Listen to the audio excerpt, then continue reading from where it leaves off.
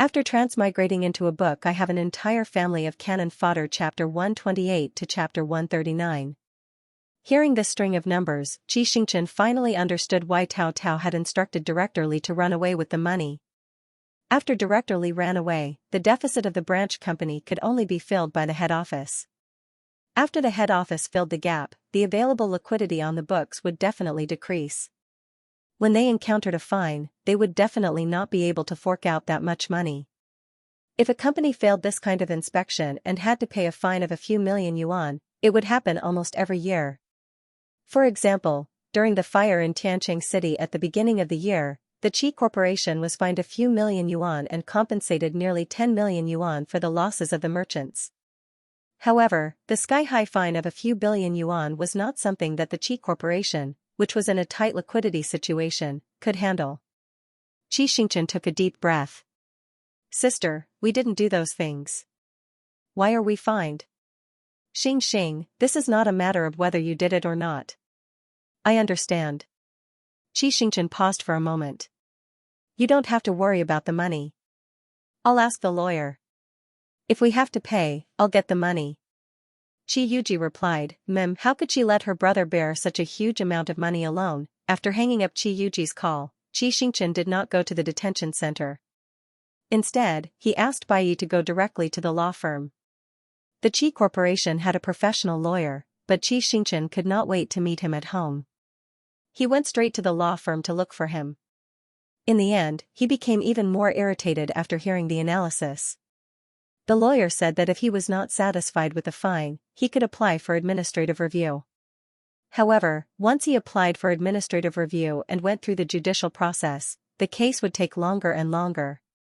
In other words, the Qi Corporation's assets would be sealed and Grandpa Qi would be detained. Xianxia could bear other things, but he could not stand his old father continuing to suffer. Therefore, whether he had done it or not, he had to pay the money. Bai Yi had more or less heard the conversation between him and Yuji. After arriving home, Bai Yi called his financial advisor and mother Bai while he went to the bathroom. When Xianxia came out, Bai Yi called him, "Baby, come here." Xianxia sat beside him obediently. "Why aren't you wiping your face after washing it?" "I forgot." She was so focused on the money that she forgot to wipe her face after rinsing it with cold water. Bai Yi pulled out 2 pieces of tissue and helped him wipe his face while asking, "How much can you afford?" Hearing this, Xianxia lowered his eyes. When Yuji spoke, he deliberately lowered the volume so that Bai Yi wouldn't hear it. She didn't expect Bai Yi to find out. "The money that I've transferred overseas and the money that Enran hasn't taken out is less than 200 million. I should be able to raise some money by selling my car, plane, and yacht. It was just a fraction of 2 billion. He had only started his business for less than a year, and it was already good enough that he could consciously save up 200 million yuan. Bai Yi nodded. "I asked the financial advisor to calculate my money, and it adds up to about 700 million yuan. My mother's liquid assets are less than 500 million. You know, with my father's status, it's not suitable for my family to have so much money. I still have a few houses that I asked Luan to help me put up for sale. I should be able to sell them for 300 to 400 million yuan. Don't worry, I'll put them up for sale with my friends." Xianxia didn't expect Bai Yi to sell his house for him. He quickly refused. "No need. It's okay. I can get the money myself. Don't be stubborn. Where are you going to get so much money?" Bai Yi threw the paper into the trash can and covered his cold little face with his hands. "And I can earn it back. Don't wash your hands with cold water in the future. It's not good for your health." But, Xianxia didn't know what to say. "You have a reason to help me, but if I trouble Aunt Bai, it's okay. Your business is my business," Bai Yi said firmly. "Say no more, listen to me. Eat something and rest for a while. We'll think of a way in the afternoon." At this point, Xianxia couldn't refuse anymore. He thanked him in a low voice. Bai Yi's heart ached when he saw how helpless he was. He hugged him gently. "We can definitely get through it. It was like this every time." As long as Bai Yi said "you can do it" or "you can," he really thought that they could do it. He hugged Bai back. My biggest confidence is that the Qi family is clean. The innocent will know that they are innocent.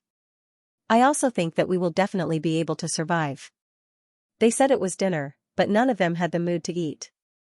The chef made a few dishes. Xianxia didn't want to waste them, so he asked the driver to send them to Yuji. After dinner, he and Bai called their close friends separately, trying to get as much money as possible. Halfway through, they heard Aunt Zhang call from afar. Young master, slow down. Xianxia was wondering who the young master was when he saw Xianxia running in with his shoes on. He threw his bag on the sofa and held Xianxia's hand tightly. Bai slapped his hand away and pulled Xianxia to his side. He asked, "This is?" "I'm his brother," Xianxia answered for Xianxia. "You're my brother, right?" "Brother. Where did this nickname come from?" Xianxia wanted to laugh. He looked up and saw that Xiao's hair was dyed black. He was thinner and paler. His eyes were red as if he had just cried. "He's my boyfriend," Xianxia whispered. "Young man, don't cry." "I didn't cry." "Why are you crying?" "I went to the closed training camp. I don't have a phone or a computer. I only found out about our family this morning." Xiaoza sniffed. "Brother, is there anything I can help you with?" What could a kid who didn't even graduate from high school be of help? Xianxia shook his head. "Just prepare for the college entrance exam and take care of Tao Xian." "No, wait for me.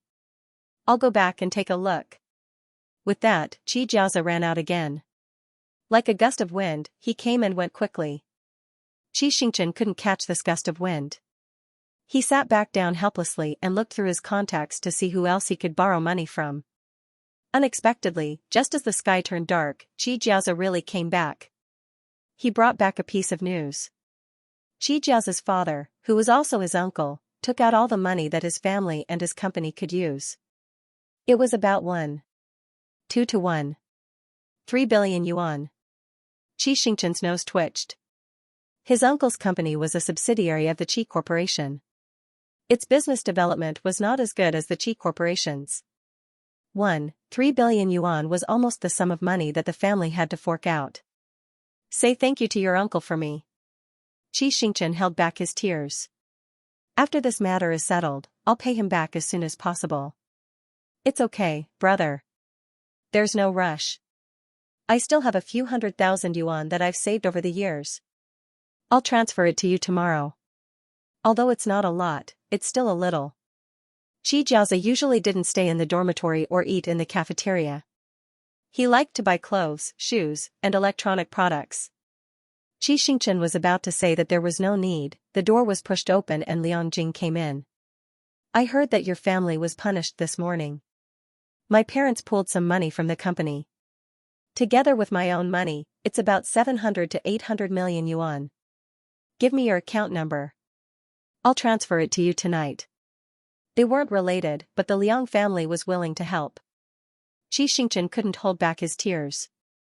He was so embarrassed to cry in front of so many people that he quickly lowered his head and hid behind Bai. Bai held his hand and thanked Liang Jing on his behalf. "Thank you. I'll return it to you as soon as the matter is settled."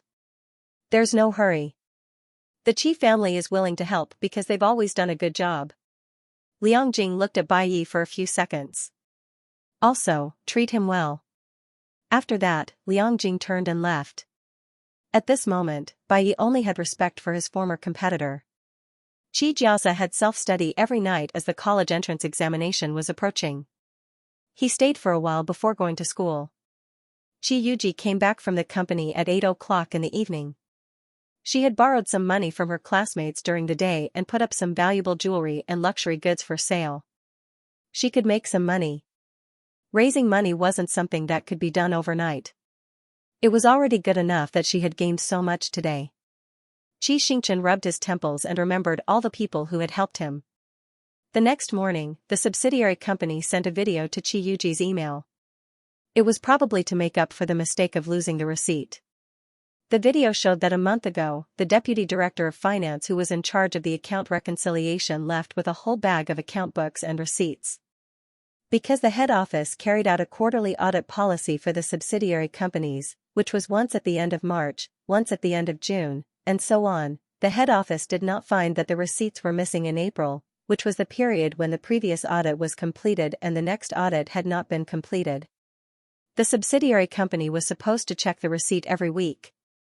Maybe the director of finance wasn't serious about his work, and he didn't dare to report it because he was afraid of being responsible for the loss of the receipt, so he didn't realize the problem until now. Losing the receipt and account books was not a small problem. After Xianxia asked about the deputy director who left, she removed him from the position of the head of the subsidiary company. The task of looking for the deputy director naturally fell to Xianxia. Xianxia didn't have the time to go to S province to arrest him for the time being. He remembered the private detective who had helped him follow Tao Tao. After contacting him, the private detective said that someone who could become the deputy director of finance of a big company couldn't be a nameless person. It should be easier to find him. After the two of them agreed on the price, the private detective immediately bought a plane ticket and set off. At the same time, Xianxia received a few virtual phone numbers from Su Chonglin. They were all used by Tao Tao to contact him, and each one was different. Xianxia and Bai Yi didn't know anyone who could dig up IP addresses. In the end, Xianxia logged into his site account, yearning at dusk, opened the core management group of last night's Stars Couple Station, and quietly sent a series of messages. Does anyone know how to check the IP address of a virtual phone? The 23 people in the core group rubbed their eyes and were furious. Frowny face, you thief, how dare you steal my brother's account? I'll report you to death. I advise you not to court death. Be careful when you go 200 yards. At group leader, quickly contact Nuya and ask him to take down the thief. At group leader, quickly. Looking at everyone's agitated expressions, Xianxia had no choice but to use the various doujinshi and doujinshi videos saved in his phone to prove his identity. Everyone was stunned for a while before they started typing again. Among the countless comforting words, an administrator privately messaged him in the group chat. Virtual phone numbers are usually sent by overseas operators to the domestic virtual number, disguised as a domestic mobile phone number to roam overseas, and then sent back to the domestic operator. The interception technology is more complicated, but I happened to learn this as a graduate student. You can contact my friends at the operator and try it together. Xianxia added her QQ number and made an agreement with the fans in the group not to leak this matter. He was slightly relieved. 3 days passed in the blink of an eye. During these 3 days, unexpectedly, good news came one after another. The first good news came from the fans. After checking the IP addresses of the virtual numbers and checking the locations according to the IP addresses, it was confirmed that the IP addresses were distributed in different cities, and all of them could be matched with Tao Tao's itinerary or photos. The scary thing was that one of these days was the day of the fire. It was most likely that Tao Tao didn't trust the people she sent to destroy the route, so she went to the vicinity to supervise and saw the fire with her own eyes. With this evidence, Xianxia immediately contacted the transportation department in T-City and obtained the videos of all the places Tao Tao went after she got off the plane. T-City was very far from H-City, and they didn't know much about the Qi family's current situation. They thought that the Qi family would quickly turn the tables, so they agreed very quickly. The second good news came from the private investigator. On the condition that they wouldn't pursue the culprit, after half a day of game, the deputy director finally confessed the person who instigated her to falsify the accounts and left with the account books and tickets. It was a man. The two didn't communicate over the phone. Usually, when the man needed to find her, he would wait for her on the way home from work. Xianxia frowned and said, "Can you find out the man's information? The other party only knows the man's appearance. There's no other evidence." "What about the money? How did you pay?" 2 million yuan, all in cash. If the mysterious man used a card to transfer the money, his personal information could be found through the bank card number. If he used cash, there was no way to find out. Xianxia was about to hang up when Bai Yi suddenly stopped him. "Wait, I'll ask my mother. Her company works with the bank. Maybe she can find a new idea." Xianxia waited as he said. Not long after, Bai Yi came back with the phone. Such a large sum of money must have been withdrawn from the bank. You can find the counting machine that counted the money by looking at the crown on the banknote. Through the information of the counting machine, you can also find out which bank it belongs to. The bank stores the customer's personal information. Ask the detective to stay there for 2 more days. My mother has already started to contact the People's Bank to check the number. Xianxia didn't expect such an operation at all and quickly relayed it to the detective. The third good news came from Mr. Bai. After checking the communication records, it was found that the owner of the car had close contact with a female celebrity. Obviously, this female celebrity was Tao Tao. The tricky thing was that the owner of the car was single, so it wasn't against the rules to have contact with women. Instructing the China Securities Regulatory Commission and the China Banking Regulatory Commission to investigate the Qi Corporation wasn't against the rules either. The bigger the business, the more loopholes there were. It was normal for loopholes to be caught and reported. The people below were just trying to figure out the people above to act. All the actions were taken by the people below. The other party did it flawlessly, and Mr. Bai couldn't find a reason to punish him. However, he had warned the other party not to stretch his hand too far with a show of force. Judging from the other party's attitude, he probably didn't dare to act rashly anymore. Although he couldn't get rid of Tao Tao's backer, for Xianxia, it was already very difficult for him not to let the Qi family's situation worsen. The pressure of external public opinion, the falling stock market value, his father and brother who were locked up in the detention center, the company that his sister was struggling to support alone, the frozen assets, the huge fines and debts they owed, even if there was one more straw, the Qi family wouldn't be able to withstand it and would collapse completely. It was Mr. Bai who pulled him back from the edge of the cliff. Xianxia choked and said, thank you, uncle. You're welcome, child. We're family. Mr. Bai's tone was kind. You've been wrong during this period. When you're done, come to uncle. Uncle will make you delicious food. Of course, there was also bad news besides the good news. The money borrowed over the past few days had been transferred to Bai's account. Xianxia tabulated the account. He had sold things, borrowed money, and transferred the money from Liang Jing's overseas laboratory, which was 400 million yuan. The Liang family transferred 800 million yuan. Uncle Qi and Qi Jiaza contributed 1.3 billion yuan. Bai sold the house too quickly and didn't ask for a good price. In the end, he and his family forked out 1.6 billion yuan. Qi Yuji had many rich friends. Many of her jewelry were worth quite a lot even if they were sold cheaply. They managed to scrape together almost 300 million yuan. In the end, they managed to scrape together 4 billion yuan. They were still 800 million yuan away from 5.2 billion yuan. It wasn't easy to scrape together 4 billion yuan in 3 days, but the fines were too large and the funds were too short. To the friends around them, forking out 3 to 5 million yuan to help was already a great honor and friendship. However, to them, it wasn't even enough to fill the gaps between their teeth. My mother still has a few houses, Bai said. She doesn't dare to sell them openly to strangers. She needs to sell them to someone she knows. Give me a few more days. No, we can't let the Bai family throw in all their money for me. Xianxia's tone was firm. Besides, a few houses can't fill the 800 million yuan hole. Don't sell them. I'll think of another way. Bai thought for a moment. We've borrowed from everyone around us. If we want money again, we'll have to get it from strangers. Bai's mention of strangers reminded Xianxia. He had an idea. Brother Yi, I forgot to tell you. I bought a listed company on the new third board. It changed its name to Night Star Media at the beginning of the month. The legal person and actual controller is in Ran. It's not frozen this time. We can use it for financing.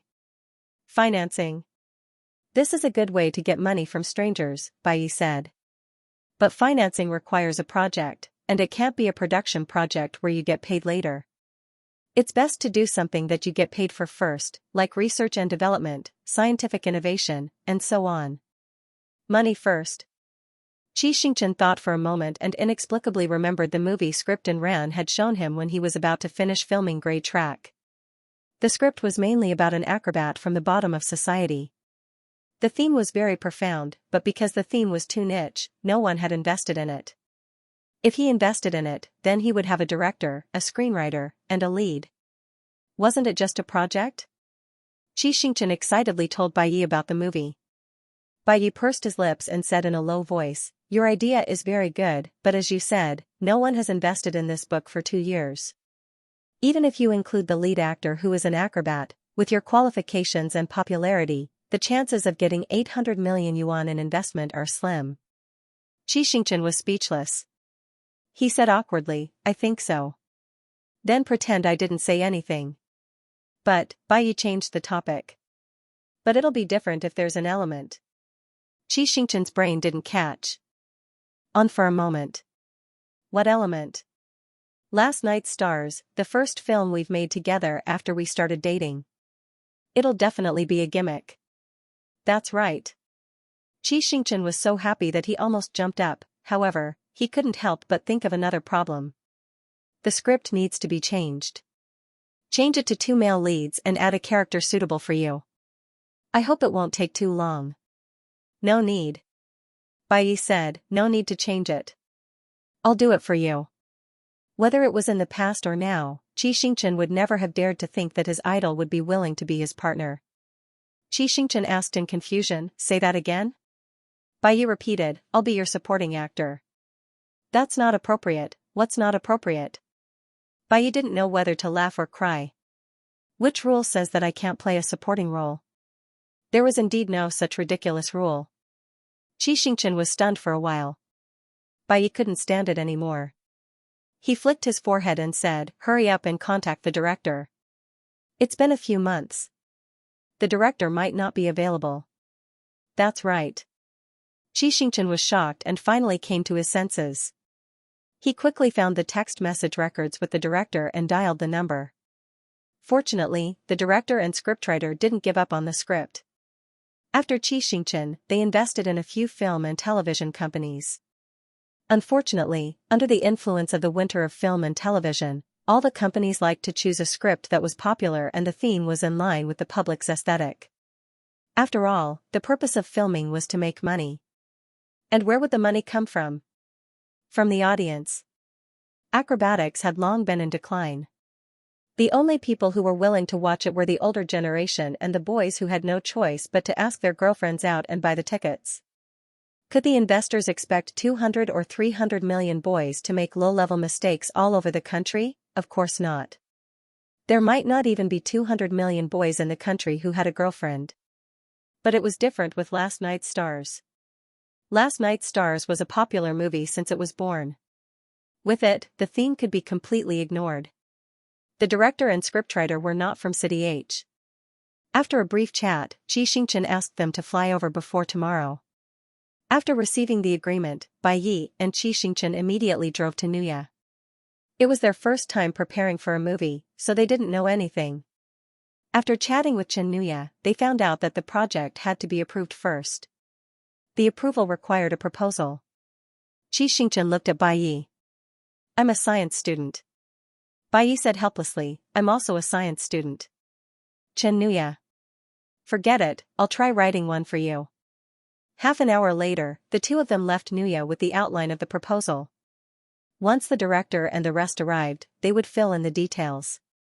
Since they were already out, Xianxia asked Bai Yi to accompany him to the hospital before it got dark. Xianxia hadn't seen Xian for a long time since they parted ways after the New Year. He missed the kid a little and had some things to say to Xian. When they arrived at the hospital, Xian was standing in the middle of the room doing yoga. Xianxia exclaimed, "Wow! You're even using the equipment?" "Brother Xing."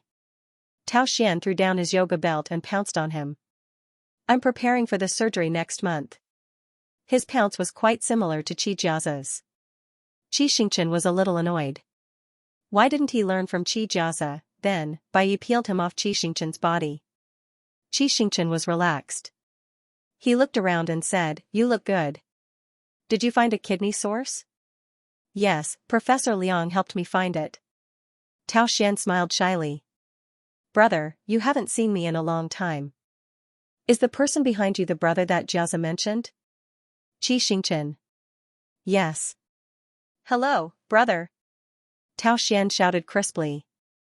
Whether it was from his behavior or his expression, it was obvious that he was very happy. Xianxia couldn't help but smile as well. Tao Xian being able to find a kidney source was the only good news recently. After taking Tao Xian to a chair in the ward, Xianxia opened his mouth. Tao Xian was sensitive.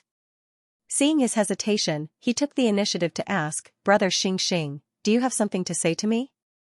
Xianxia did have something to say to him, but he didn't know how to express it. "It's okay. Just treat me as Xiaxia and say it."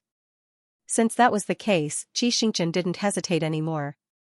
He chose his words and asked tentatively, "Xian, if one day your sister and I are on opposite sides, will you be sad?" "On opposite sides?" Tao Xian paused for a moment. "Did my sister do something bad?" From their usual interactions, Tao Xian could see that Xianxia was the kind of person who would try his best not to make enemies if he could. If Xianxia was on opposite sides with someone, then the other party must have reached an unforgivable stage. He didn't expect Tao Xian to be so sensitive. Xianxia's chest was suddenly blocked, but he didn't plan to tell Tao Xian the truth. After all, Tao Xian hadn't recovered yet. If it affected his mood and worsened his condition, it wouldn't be worth it. Moreover, Tao Xian and Xianxia had promised to take the college entrance exam together. Freshmen's exams were the most important. They couldn't delay their results. He deliberated for a few seconds before saying, "Some time ago, in order to achieve her goal, your sister plotted to hurt some people. She also hurt me and the people around me. Because of this, the Qi family suffered losses. I must take revenge for this." Hearing this, Tao Xian's expression struggled for a moment, but it quickly faded. "I won't be sad because you and my sister are on opposite sides. I'm more sad that she chose to hurt others to achieve her goal." This child was too sensible. Xianxia's heart ached. He stroked his soft hair. "Brother," Tao Xian's voice trembled uncontrollably. "When you say hurt, do you mean she killed people?" Xianxia didn't know how to answer, so he avoided the question and said, "My family is still alive." Tao Xian replied with a soft but didn't have the courage to continue asking. At this moment, Xiaxia came in. Xianxia instructed him to tease Tao Xian and ask about his studies. After that, he left with Bai Yi. On the way back, he kept thinking about how such a well-behaved child would feel when he found out that his sister had burned more than 50 people to death. He would feel terrible. The next day, the two sides went their separate ways. Yuji went to the company, while Xianxia and Bai Yi took the proposal and went to Enran's temporary house. When they arrived, the director and scriptwriter had already been chatting with Enran for a while. When he saw Xianxia, the director's first words were, "Thank you." As he spoke, he started crying. "If it weren't for you, I would have given up," Enran was startled by his sobbing appearance. Xianxia handed him a tissue. The scriptwriter naturally knew his own script better than Xianxia. After the director calmed down, they discussed and filled in a few details in the proposal. After everything was confirmed, Xianxia solemnly signed the word producer. Thus, Nightstar Media's first project, Xianxia's first movie, was quietly born in this inconspicuous small house. As a professional agent, Enran naturally had more connections than Xianxia. After roughly formulating the proposal, Enran immediately started to call the major film companies. With the gimmick of last night's first collaboration with stars, all the film companies were interested. They didn't even bother to ask about the concept and plot outline of the movie. They directly asked for the price. However, when Enran said that she needed an investment of 800 million yuan, most of the companies hesitated and said that they needed to consider it. After all, 800 million yuan was not a small amount. Looking at the current film market, how many movies could exceed 1 billion yuan every year? It wasn't that they didn't want to invest 800 million yuan in a small literary film, but they wanted to use the excuse of considering to lower the price. However, Xianxia was determined to get 800 million yuan. He gestured to Enran and said, "Continue calling."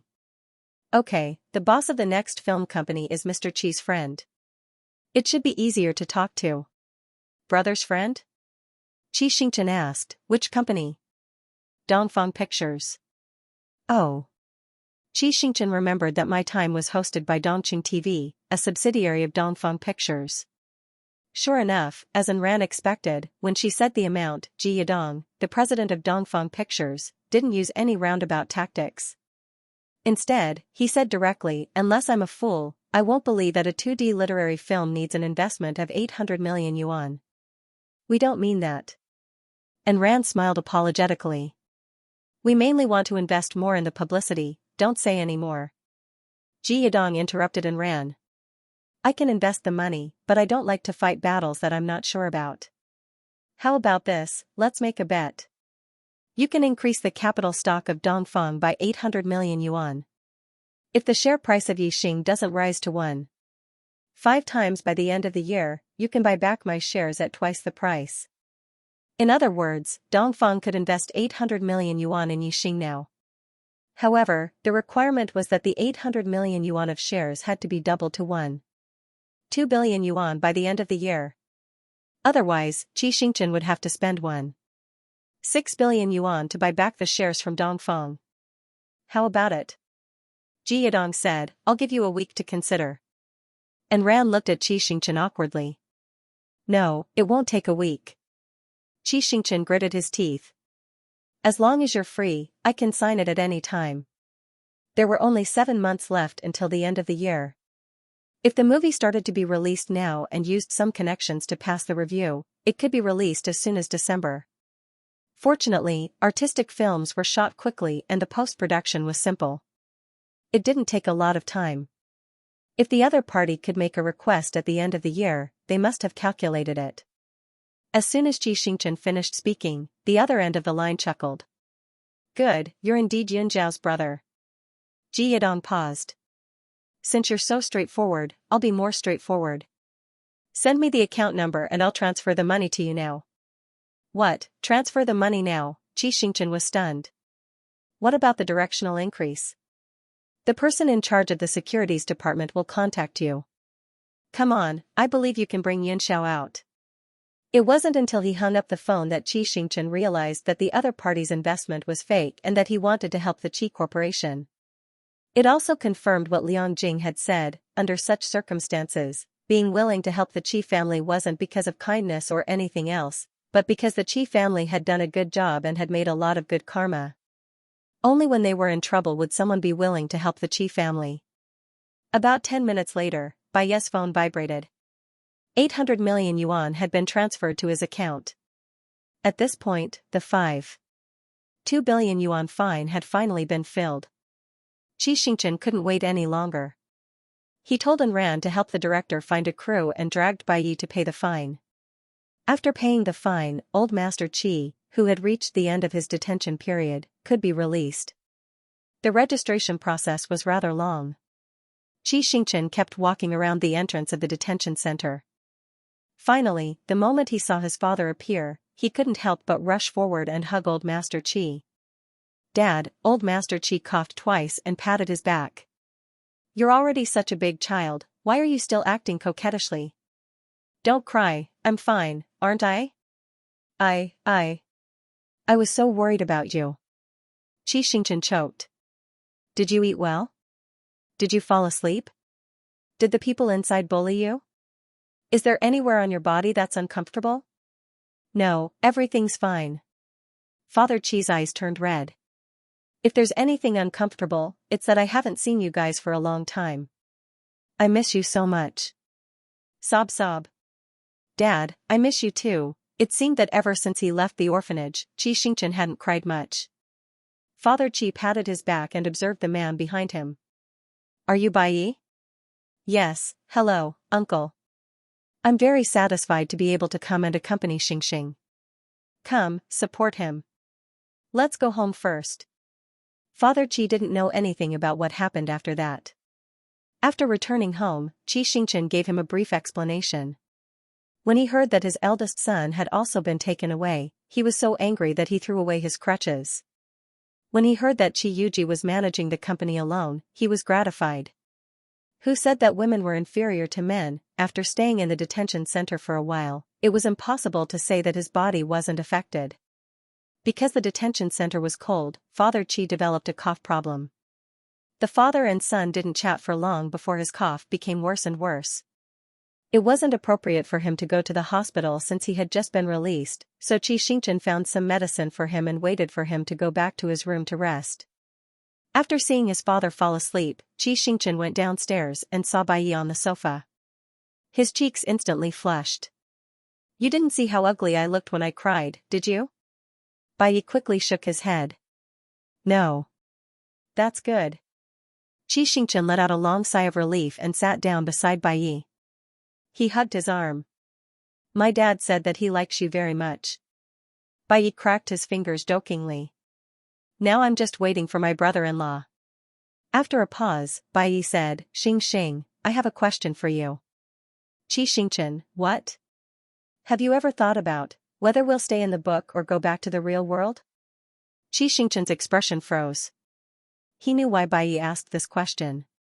Because Bai Yi didn't know his feelings for the Qi family before, but now he should know. He had thought about whether to stay in the book or return to the real world. Of course, he had thought about it. "Brother Yi," Xianxia said softly. "Where do you want to be?" "Me? I'll go with you." Xianxia lowered his eyes. "Then let's talk about it after we're done with the work at home and at hand, okay?" "Okay." Bai Yi smiled. "I'll listen to you." BZZT. BZZT, just as the two of them were whispering, Xianxia's phone suddenly rang. The caller ID showed that it was Su Chonglin. Xianxia got up from Bai Yi and immediately answered the call. "Hello, Uncle Su." "Xiaoqi, I found evidence that Tao Tao hired someone to commit arson." "Xiaoqi, I found evidence that Tao Tao hired someone to commit arson." Xianxia was stunned for a moment when he heard this.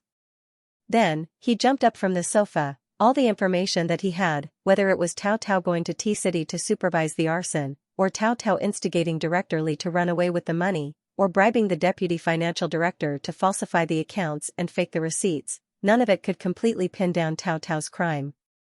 Only the arson charge, once confirmed, could definitely send Tao Tao to jail. It was unbelievable that Su Chonglin had found a clue so quickly. Xianxia swallowed hard, turned on the speaker, and listened with Bai Yi. "My engineer friend's surname is Li. After I introduced Li Gong to Tao Tao, Li Gong spent a lot of time and effort to draw her a construction plan of Tianqing City. However, Tianqing City was built early, and the circuit design was complicated. People who weren't professionals couldn't understand how to run the wires. So, Li Gong introduced an electrician he knew when he was supervising the construction site to Tao Tao. At that time, the project was busy. After the introduction, Li Gong didn't ask what happened. Not long after, the electrician from the countryside suddenly bought a house in the city. He even posted a short video to show off. Li Gong felt a little strange after watching it, but he didn't think much of it. He thought it was the result of hard work for half a lifetime. Xianxia and Bai Yi looked at each other. Hard work for half a lifetime to buy a house? This wasn't an inspirational story about changing one's fate with his own hands. This was *King crime story. Su Chonglin didn't tell Li Gong the purpose of his inquiry, but he asked him for a screenshot of the electrician's moments. Xianxia said, "Uncle, send it to us." Su Chonglin immediately sent it over. Xianxia took a look. Well, maybe because he wasn't vigilant, the electrician's moments not only had his own information, Nye from Fujiangton, but also the location of the house. It was in a newly built residential area in H City. One can wear out iron shoes in fruitless search, only to find it by chance. After looking through the screenshots, Bai Yi's face also showed a rare expression of excitement. The fire was most likely set by Nye, but he certainly wouldn't dare to give up Tao Tao. Giving up Tao Tao is equivalent to admitting to arson, which is a death sentence. Yes, we can't call the police. We don't have any direct evidence. Xianxia thought for a moment. If we want to force him to admit it, we have to use extreme means. What could he use? Xianxia muttered, "We can't just kidnap his wife and children and force him to admit it." It's not his family's fault. Hearing the word "tied up," Bai Yi suddenly thought of something. He turned around and touched Xianxia's chin. "Accompany me to buy something. I'll take you to do something bad tomorrow." In the past, when Bai Yi said "do something bad," Xianxia would definitely misunderstand. But now the situation was special. He was just shocked by Baiye's hooligan action, so he followed Baiye to the mall to buy ropes, a few sets of pure black clothes, hats, shoes, and other things. In the evening, Xianxia was worried about his plan. He couldn't help but ask, "Tell me your plan." Baiye, no. Xianxia asked, "Please tell me, I beg you." Baiye pretended to be embarrassed. "How about this, you go and cook 2 bowls of noodles. After eating with me, I'll tell you." Xianxia was worried about his family's affairs. Recently, he had hardly eaten, about 1 meal a day. Sometimes, when the chef finished cooking and sent it to his room, he was not in the mood, so he just took a few bites and threw it aside. But how could a person stand not eating? Baiye could only resort to extreme measures from time to time. Out of curiosity, Xianxia ran to the kitchen to cook noodles. After being coaxed by Baiye to finish the noodles, he finally spoke with satisfaction. Xianxia was stunned when he heard this. "Will this really work? Anyway, it won't alert the enemy. Let's give it a try. If it doesn't work, we'll change." "Yes. Indeed. By the way, we might not have enough manpower," Baiye said.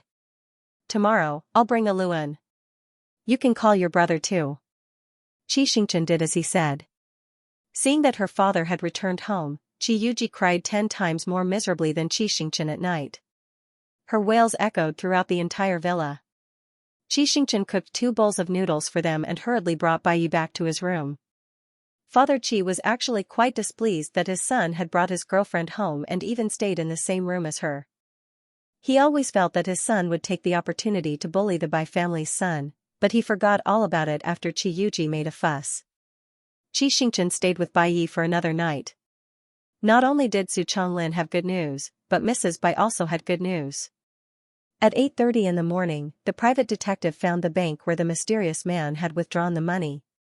Through Mrs. Bai's connections, they obtained the mysterious man's identity card information. From his hometown, the man was from City H and was most likely Tao Tao's subordinate. Next, as long as they found the man and found a way to find evidence that he had bribed the former deputy director of finance to falsify the accounts, they would be able to clear the suspicion of tax evasion.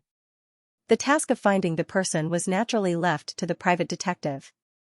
After briefing the detective, the two of them accompanied Grandpa Qi to the hospital for a physical examination. The results were gratifying. The doctor said that Father Qi's cough was caused by a cold. After prescribing a few boxes of Chinese medicine and resting for a while, he would recover soon. The health of his family was more important than anything else. Hearing that there were no major problems, Xianxia's worried heart finally settled down. After sending Father Qi home, the two of them went directly to the temporary residence of Night Star Media, the small house. When they opened the door, they almost choked on the smoke in the room. "Ahem, you didn't set the house on fire, did you?" "I'm sorry, Producer Qi." The screenwriter quickly stood up. "Daluo and I are addicted to smoking. We smoked all night last night and forgot to ventilate the room this morning. I'll open the window now." "Smoked all night, it's okay." The window was behind Baiye. Xianxia patted Baiye's back and gestured for him to move aside. As he opened the window, he asked, "Didn't you sleep last night?" "Time was too tight. Missin accompanied us all night and sent out the shooting applications for the 3 locations. Fortunately, we had already fantasized about where we would shoot if we could film and how we would draw the storyboard." The director sighed. "The original wishful thinking has now become a time-saving tool." "You're wrong. This isn't wishful thinking. This is called being prepared at all times." Xianxia came back after opening the window. Baiye helped him smooth out his hair that had been messed up by the wind. Looking at the intimacy between the two of them, the director and screenwriter were speechless. They had to stay up all night to work, and they had to eat dog food in the morning. They were so frustrated and angry. Woof, woof, woof. After all, this was the first film produced by his company. Xianxia couldn't bear to watch his employees work, so he immediately sat down and studied it with them. There was strength in numbers. After a day, with Baiye's help, most of the cast and supporting roles were finalized. Moreover, it was very economical. Many people came because of Xianxia and Baiye. Unexpectedly, Lu Ziyu was also willing to participate in the film for free. This directly solved the problem of the supporting actress. There was no female lead in the film. They were busy until night time. Bai Yi gave Xianxia a look. Xianxia instantly understood and went to the bathroom with him to change into a full set of black clothes. The screenwriter was suspicious. Producer Qi, are you going to rob a bank? Didn't we pull in 800 million in investment? We don't have to work so hard. No. Xianxia said awkwardly, we want to go shopping. We're afraid of being seen, so we're covering ourselves up tightly. Oh. The screenwriter nodded, not fully understanding. Before the screenwriter could react, Xianxia quickly pulled Bai Yi back to the car. It was sunny all day, but it was dark at night. Thick clouds covered the small moon, and a few stars were miserably squeezed in the gaps of the dark clouds, blinking half dead. Outside a newly built community in H City, 4 people in black clothes, black pants, black hats, and black shoes hid behind a wall and blended into the darkness. If one didn't look carefully, they wouldn't be able to see anything unusual. One of them said sneakily, "Boss, are we really not going to make the headlines?" Before the boss could answer, a sloppy boy next to him said, "Brother Luan, can you be bolder? If we can do something so exciting, we won't make the headlines last time. You little brat might not care, but we're public figures." "Hey, Jiaza, why is your phone still lit up?" "I'm sharing my location with Tao Xian. I told him during the day that I'm going to do something interesting. He's worried about me, so I shared my location with him, in case he can't sleep." "Shoo, quiet." Bai Yi interrupted the two. "He's here." Hearing this, the two quarreling immediately stopped talking. Xianxia followed Bai Yi's gaze. The one with the lunch box in his left hand and the beer in his right hand was the electrician Nie Dawei. Maybe it was because it was too dark, Nie Dawei walked very slowly. Seeing their target appear, the 4 of them followed the rehearsed method and approached Nie Dawei from 4 directions. Then Bai Yi rushed up and put his arm around Nie Dawei's mouth. Xianxia, Luan, and Qi Jiaozi hugged his waist and legs respectively, and in no time at all, they got him into a car parked by the roadside. Because it was too sudden, Nie Dawei didn't realize he was kidnapped until the car started and his eyes were covered. He opened his mouth to call for help, but just as he shouted, a lump of something rancid was stuffed into his mouth. Then, his hands and feet were tied tightly with rope. Who was the other party? Why did they find him? Could it be that old Wu, who lost to him in Mahjong last night, was waiting for revenge? But old Wu couldn't even afford to lose a few dollars, so how could he hire someone, or did someone else know that he had made a fortune recently and wanted to scam him? No way, he couldn't give it to them.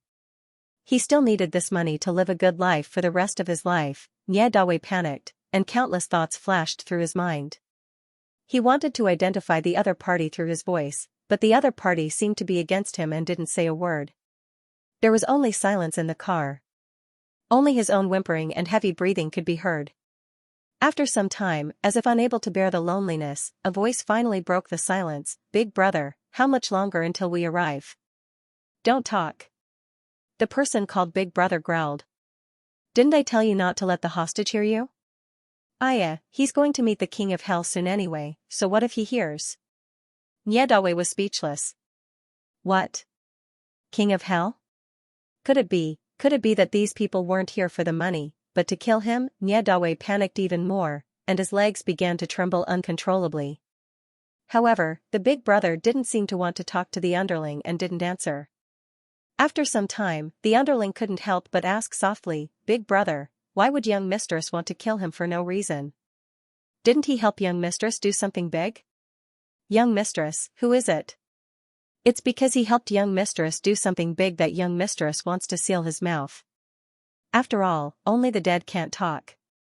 Nie Dawei was speechless. "It's over, I guessed right, they really want to kill me." The underling smacked his lips. "Tsk, young mistress is pretty, but her methods are ruthless." The big brother scolded and continued to remain silent. Pretty, ruthless. Nie Dawei immediately thought of the woman who gave him money some time ago to destroy the circuit. At that time, he couldn't resist the temptation. That was money that he couldn't earn even if he worked for 8 lifetimes at the construction site. He was so obsessed that he changed the circuit of the smoke alarm, and the wires accidentally aged and short-circuited. When he saw the shocking number of casualties on the news, he realized how big a mistake he had made. He couldn't sleep at night, and he was in a constant state of anxiety. It was only recently that he got better. When the woman gave him the money, she only said lightly, "Well done."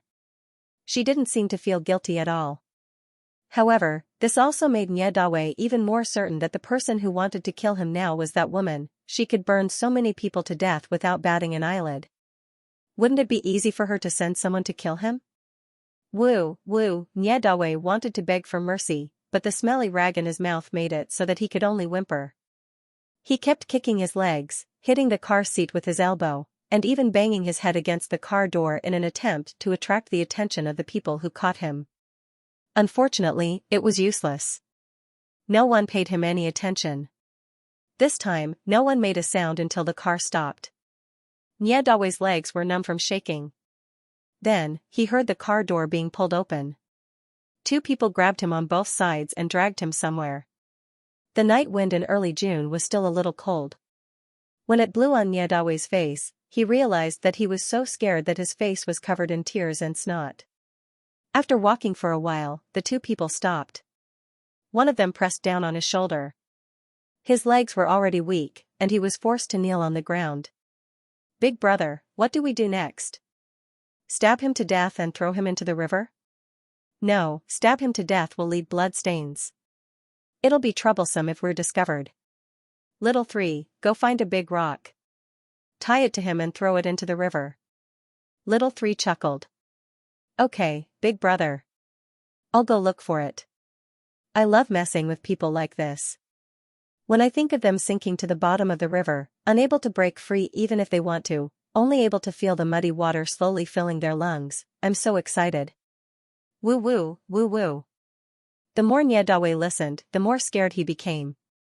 Not only did he feel cold on his face, but a cold wind also started to blow from his crotch. "Ouch, big brother, where's that foul smell coming from? Oh my God, he peed. Little 3, hurry up and find him. It smells so bad." Little 3 responded. Probably to take care of his companion, the sound of a hard object being dragged could be heard from afar. 2 to 3 minutes later, the hard object stopped beside Niedawe. He felt a rope around his waist. Niedawe knew that when the rope was done, it would be the time for him to leave the world of the living. The fear that he had accumulated along the way exploded. He used all his strength to shake off Little 3, leaned forward, and kowtowed to the ground. The surroundings were silent for a few seconds. Perhaps moved by his sincerity, Big Brother sighed. "Sigh, he's quite pitiful. Second brother, take out the rag and see if he has any last words." "All right." Second brother agreed and went forward to take out the rag. Niedawe could speak now, but he did not stop kowtowing. He cried as he kowtowed, "Please, big brothers, please let me go. As long as I can continue to live, I'll give you all my money. I'll even give you my house." Big brother said, "Forgive me for not being able to do that. If Miss wants you to die, you must die."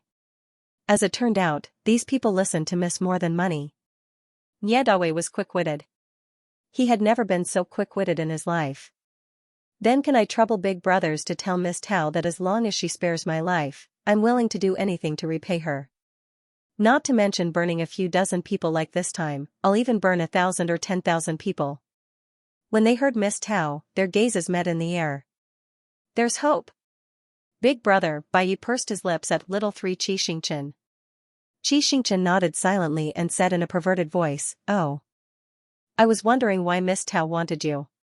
So it's to set fire. Come, tell Big Brother how to do it. Let Big Brother have some fun." Little 3. Big Brother said angrily. "I know about this. I'll tell you when we get back. Hurry up and do it." "No, Big Brother. You know I like this. Let me hear it." "Alright, don't waste too much time." Hearing that Big Brother had relented, Little 3 smiled at Niedawe and said, "Come, tell Big Brother the story from beginning to end." As long as your story is detailed enough and perverted enough, I'll consider not tying stones to you. Tying stones to him was certain death. If he did not tie stones to him, he might be able to swim up and save his life. Nye Dawei did not even think about it and immediately made a choice. Afraid that little three would regret it, Nye Dawei did not pause at all. This whole thing started when Li Gong introduced me to Miss Tao. Just as Xianxia had requested, Nye Dawei recounted in detail how Tao Tao had seduced him and how she had guided him. Listening to him, the others felt as if their hearts had been repeatedly cut by a blunt knife. It was extremely uncomfortable. Nye Dawei was afraid of death, so he spoke very quickly. In less than 5 minutes, he had finished the entire story. Xianxia took a deep breath and applauded in admiration. Not bad, not bad. I'm curious. Do you know who our miss is? I don't dare to know. I don't know anything. Xianxia raised his hand and slapped him across the face. Stop pretending. Speak. Boo-hoo. Nye Dawei was stunned by the slap. I know. I've seen Miss Tao Tao on TV. But I definitely won't tell anyone. What you did today, I definitely won't tell anyone. Xianxia did not care whether he spoke or not. He stood up and patted the dust off his pants. He turned off the recorder and signaled Aluan to turn off the camera. The most important evidence was in their hands. They did not really want to kill anyone. Xianxia removed the cloth from Nye Dawei's eyes and untied the rope on his legs. Can you stand up? Nye Dawei was stunned for a while when he suddenly saw the light again. When he saw the camera, he seemed to understand something. When he turned around to look behind him, it was pitch black land. There was no sign of a river. He understood everything. He had been F*King fooled by these bastards. F*CK. Son of a bitch. A bunch of F*King bastards. Nye Dawei could not help but curse. They tricked me. I'm going to, boo-hoo, boo-hoo. Xianxia bent over to pick up the cloth and stuffed it back into his mouth. I was kind enough to let you free your mouth, but you sprayed *T on it. You should continue to hold it in. Boo-hoo, boo-hoo-hoo. Unable to speak, Nye Dawei turned around and was about to hit Xianxia again. Bai quickly pulled Xianxia to the side and kicked Nye Dawei in the chest. With a muffled thud, Nye Dawei was kicked to the ground with his limbs facing the sky. This fall woke Nye Dawei up. He thought of a problem. Why were these people trying to trick him? They must be trying to get evidence of Tao Tao hiring someone to set the fire. Now that the evidence had been recorded, he was dead for sure. Sorrow came from within. Nye Dawei had never regretted it as much as he did now. If he had not been greedy for the money back then, if he had resisted the temptation from the beginning, would he still be able to live in poverty like he used to, with his wife and children in front of a warm bed and happy days? Seeing the regret on his face, Xianxia walked over and said, We've already called the police. If you cooperate with the police investigation, you might be able to get a reduced sentence. What's the use? Nye Dawei smiled bitterly. I'm still going to die. It's not the same. You know Tao Tao's methods. If we don't catch her soon, she might take revenge on your family. Family, yes, it was fine if he died, but his wife and children had suffered too much with him in this life. He could not let them lose their lives because of him. Nye Dawei's face was ashen. He closed his eyes and nodded. Nye Dawei's agreement meant that Tao Tao would be executed. It also meant that the Qi family would be completely out of trouble. Xianxia and Xianxia lowered their heads and covered their eyes. But this was not the place to celebrate. They still had to send Nye Dawei to the police station. Bai pulled Xianxia into his arms and patted his back. Don't cry. Let's go back first, okay? Okay. Xianxia wiped his tears. Let's go to the city police station. Xianxia also knew that business was more important. He sniffed and helped Nye Dawei up with Aluan. The 5 of them walked to the place where they had parked the car. Before they took 2 steps, a few strong beams of light suddenly hit their faces. Everyone subconsciously squinted to look at the source of the light. Not far away, 2 cars suddenly braked and turned, stirring up a cloud of dust.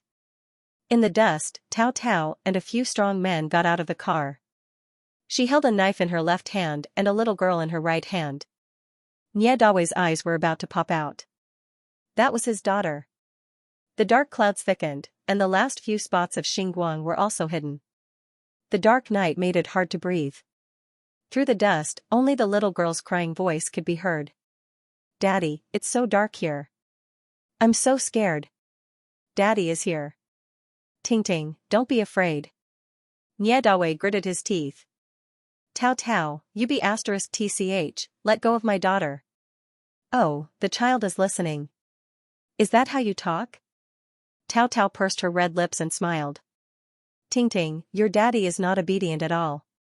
Auntie still likes you. But I don't like you. Sob.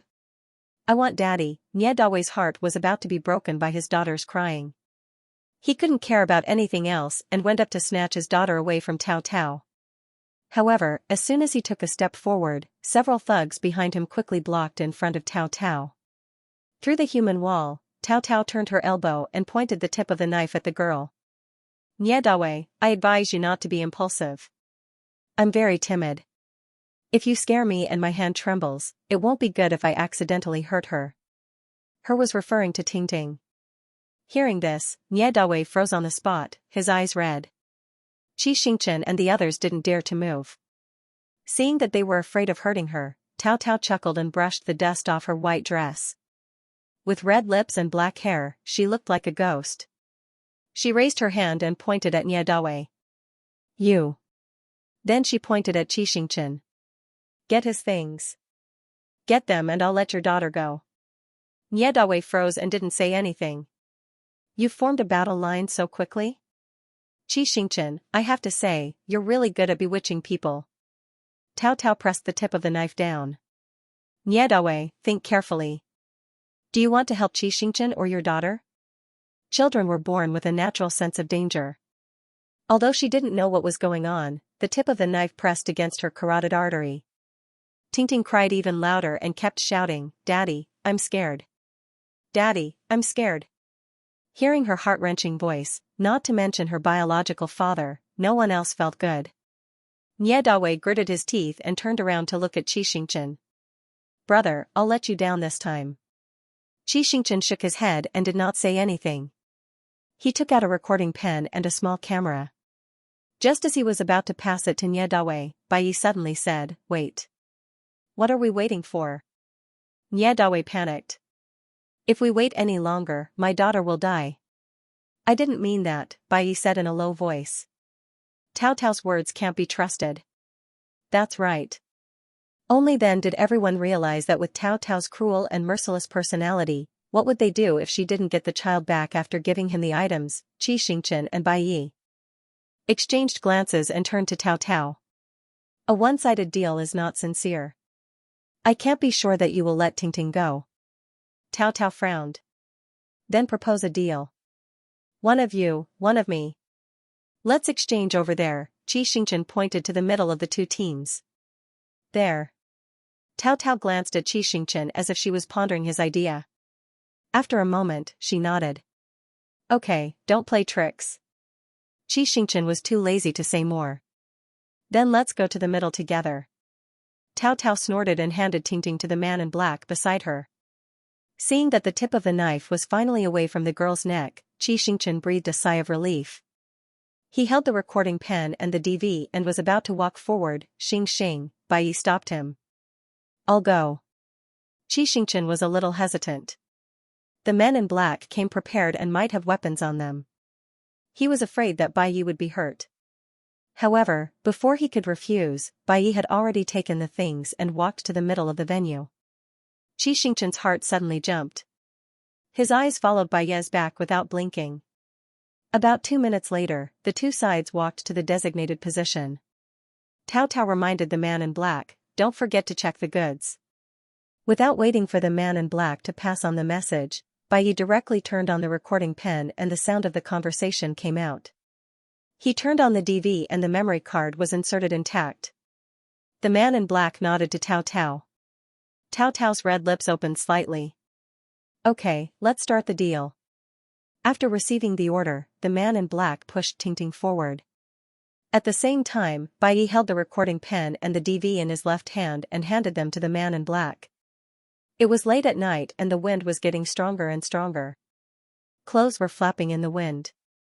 Countless eyes were focused on the hands of the two people in the venue. Finally, the two people's hands touched in midair. Bai Yi used his free right hand to hold Tingting. The man in black also used his free hand to hold the recording pen and the DV at the same time. On the count of 3, let go together, Bai Yi said. 3, 2, on the count of 1, Bai Yi did as he said and let go first. The man in black felt that he had done a good job and let go. Bai Yi took the opportunity to pull Tingting behind him. Before the man in black could be happy with the recording pen, he suddenly realized that he couldn't pull the DV out. How could he not pull it out? Just as he was hesitating, Bai Yi flew up and kicked him in the wrist. The man in black's hand trembled from the kick and the recording pen fell out of his hand. The DV returned to Bai Yi's hand. It turned out that when he got the DV from Xianxia, he secretly wrapped the lanyard around his pinky finger twice. It was too dark to see clearly.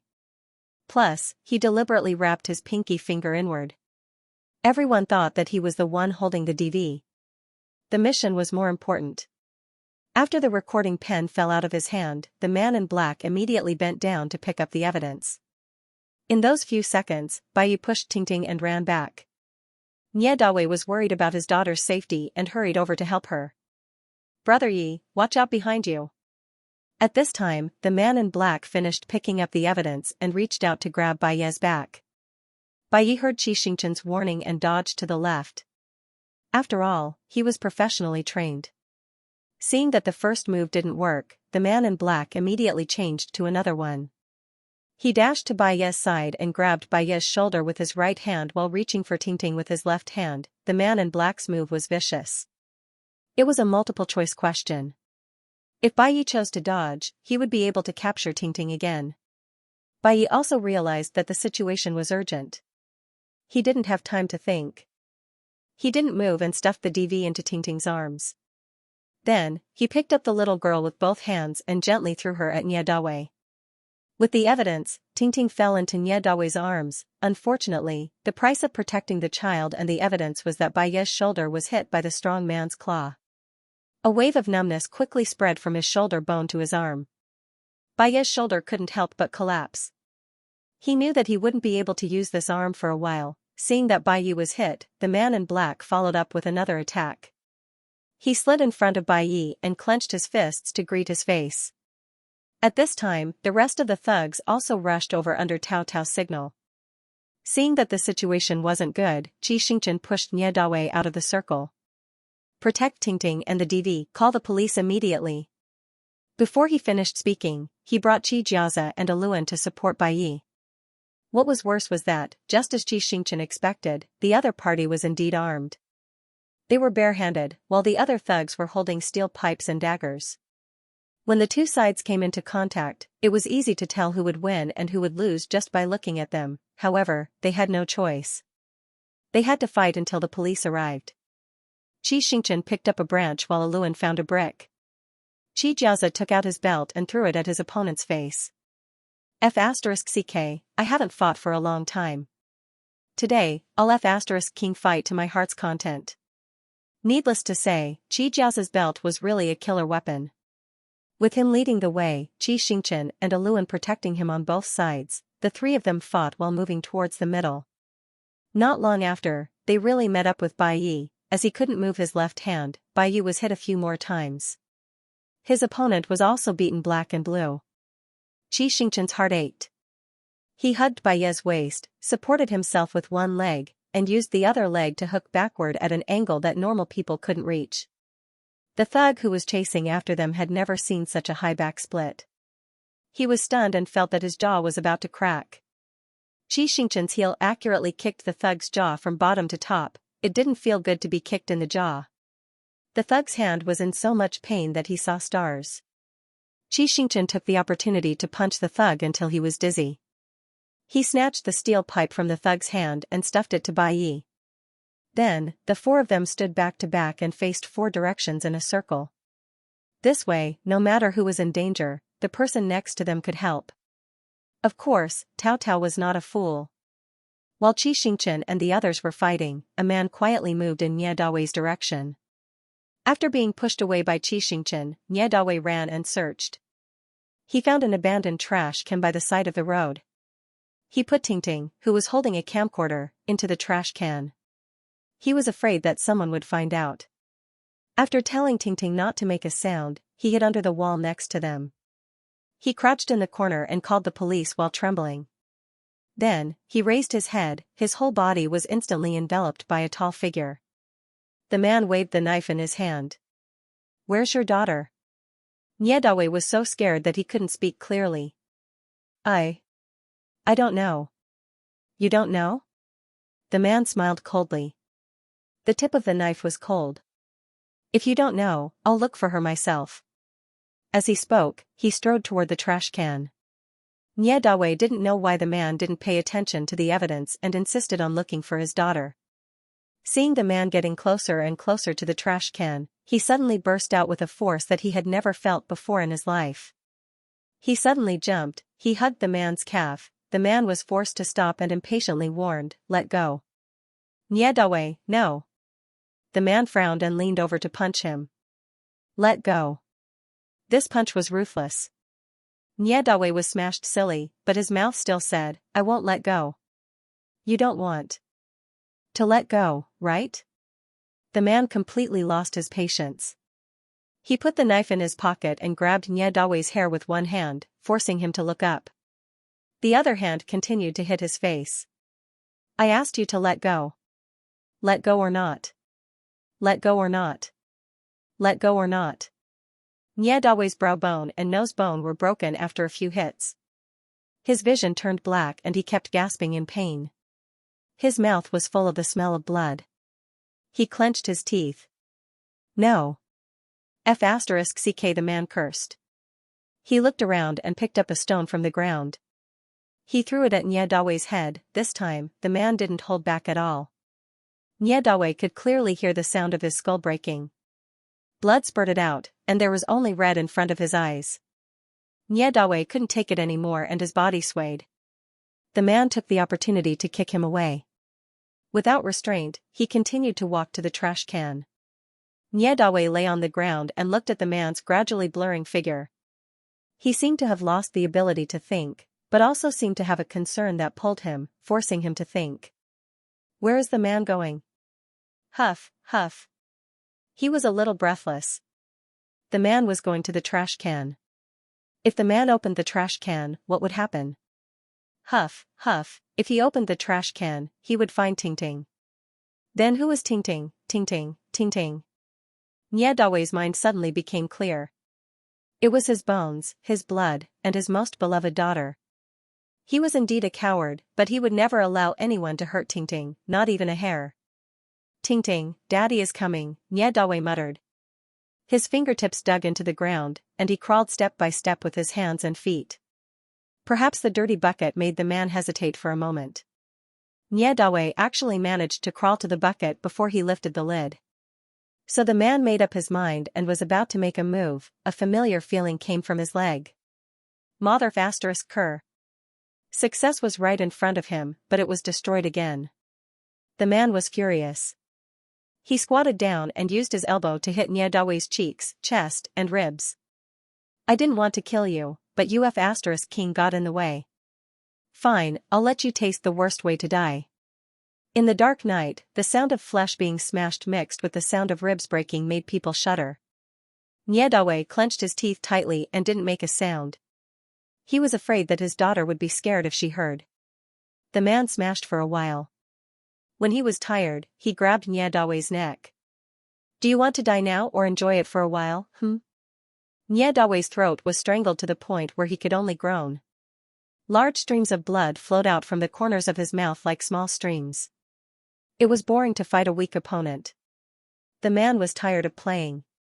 He grabbed Nie Dawei's neck and slowly lifted him up, admiring the fear of death in his eyes. But he was surprised to find that there was no fear in his eyes. Before he could figure out what was going on, his throat was inexplicably cold, and then hot. He looked down and saw a knife in his throat. The knife was somewhat familiar. It was the knife he put in his pocket just now. Using the last of his strength, Nie Dawei stabbed the knife deeper. Then, ignoring the fallen body, he rolled and crawled to the dirty trash can. Ting Ting, don't be afraid. Daddy is coming. Xianxia's side wasn't as miserable as Nie Dawei's side, but it wasn't much worse. The other side had twice as many people as them, and all of them had been trained. After a long fight, physical strength was a big problem, let alone injuries. Xianxia held the stick in his hand and panted heavily with both hands on his knees. The other three weren't any better. Xianxia wiped the blood from the corner of his mouth. Brother, why aren't the police here yet? Are we going to die here? In order to make things easier, Xianxia and Bai planned for the night before deciding to come to this deserted suburb. It would be strange if the police came so quickly. Xianxia shook his head. I don't know. If we don't go back today, I'll repay you in my next life. Damn, why are you saying this? It's not a loss for us brothers to die together. Yes. Bai held Xianxia's hand. I can die without regrets if I can sleep with you forever. Xianxia's nose twitched, but now wasn't the time to be touched. He scratched Bai's palm and stood up. In the fight just now, one of his legs was injured by a steel pipe. He couldn't walk at all and could only stand and fight. Thinking that he was going to attack, the two thugs who were confronting him immediately raised their weapons.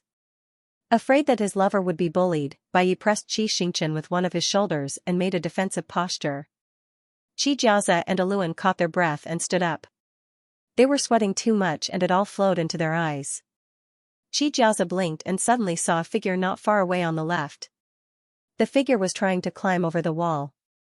He was thin and his face was yellow. The loose hospital gown kept swaying in the wind, as if it would be blown away in the next second. Wasn't that Tao Xian? Xianxia was surprised and angry. What was he doing here? Didn't he know how dangerous it was? Moreover, the four of them couldn't even protect themselves, let alone have the time to protect him. Wasn't this a suicide mission? Earlier when they kidnapped Nie Dawei, to reassure Tao Xian, he shared his location with Tao Xian. Tao Xian must have followed the shared location. Xianxia regretted it. But they were already here, and there was no use regretting it. Xianxia glanced over, ready to signal the other party to escape. The atmosphere was getting tenser and tenser, and another scuffle was about to break out. Just as one of the thugs raised his stick, Tao Tao suddenly said, "Stop." The thugs all stopped. Tao Tao walked through the crowd. Because she had been watching from the sidelines, her white dress was not stained by a speck of dust. It was a sharp contrast to the four people who had rolled in the dirt countless times. She stopped in front of Bai. Even if you're injured, you don't look embarrassed at all. You're indeed my man. Bai frowned. Don't flatter yourself. Flatter myself? You're saying that I'm flattering myself? Tao Tao seemed to be in disbelief. She repeated it twice and raised her voice. Do you know, if it weren't for Xianxia's interference, you would have been with me. Bai sneered as if he had heard the funniest joke in the world. Even if it weren't for Xing, I wouldn't have fallen for a vicious woman like you. You, Tao Tao's pretty face suddenly twisted. She was furious and raised her hand as if she wanted to slap Bai. But then she put it down. She took a deep breath and turned to Xianxia. Look, he's so loyal to you. What a pity, what a pity. Do you think you've won by taking away Bai? Xianxia frowned. I've never thought of Bai as the deciding factor, and I've never thought of fighting with you. Your so-called victory or defeat is nothing but your imagination. Tisk, tsk, tsk. Tao Tao smacked her lips. I really hate people like you. You say you won't fight, but you get all the good things. I can't help but be envious. I'm so envious that I want to. She leaned close to Xianxia's ear and said slowly, destroy you. Xianxia was not afraid of fighting four people at once, but now he shuddered when he heard those words. The fine hairs on his arms all stood up, and an ominous premonition welled up in his heart. Seeing his bewildered expression, Tao Tao was very satisfied. She crossed her arms and asked as she paced, do you know how I chased you all the way here? The four of them were silent. This was also a question they had never figured out. Then have you thought about it? Whether I ordered Director Li to run away or bribed the employees of Qi Group to falsify the accounts, I was using someone else's hands. Why would I personally contact Nie Dawei and leave clues for Su Chonglin? Qi Xingchen was stunned. That's right, neither he nor Bai Yi thought about it. With Tao Tao's flawless methods, how could she leave the most important and easiest clue for them to investigate? Qi Xingchen said with difficulty, you did it on purpose. You're so smart. Tao Tao smiled. Qi Xingchen said, you knew that we would come to find Nie Dawei, so you've been monitoring Nie Dawei's movements? Wow. Tao Tao's smile deepened. I want to destroy you even more. Qi Xingchen's eyelids twitched. He thought that Tao Tao's method of destroying the Qi group was ruthless enough. Who would have thought that this matter had been carefully arranged by Tao Tao from the beginning, but... What was Tao Tao's purpose for setting this up? Qi Xingchen said, have you thought about how to destroy me? Of course, I've already planned it. Tao Tao paused. My people should have found Nie Dawei and the others.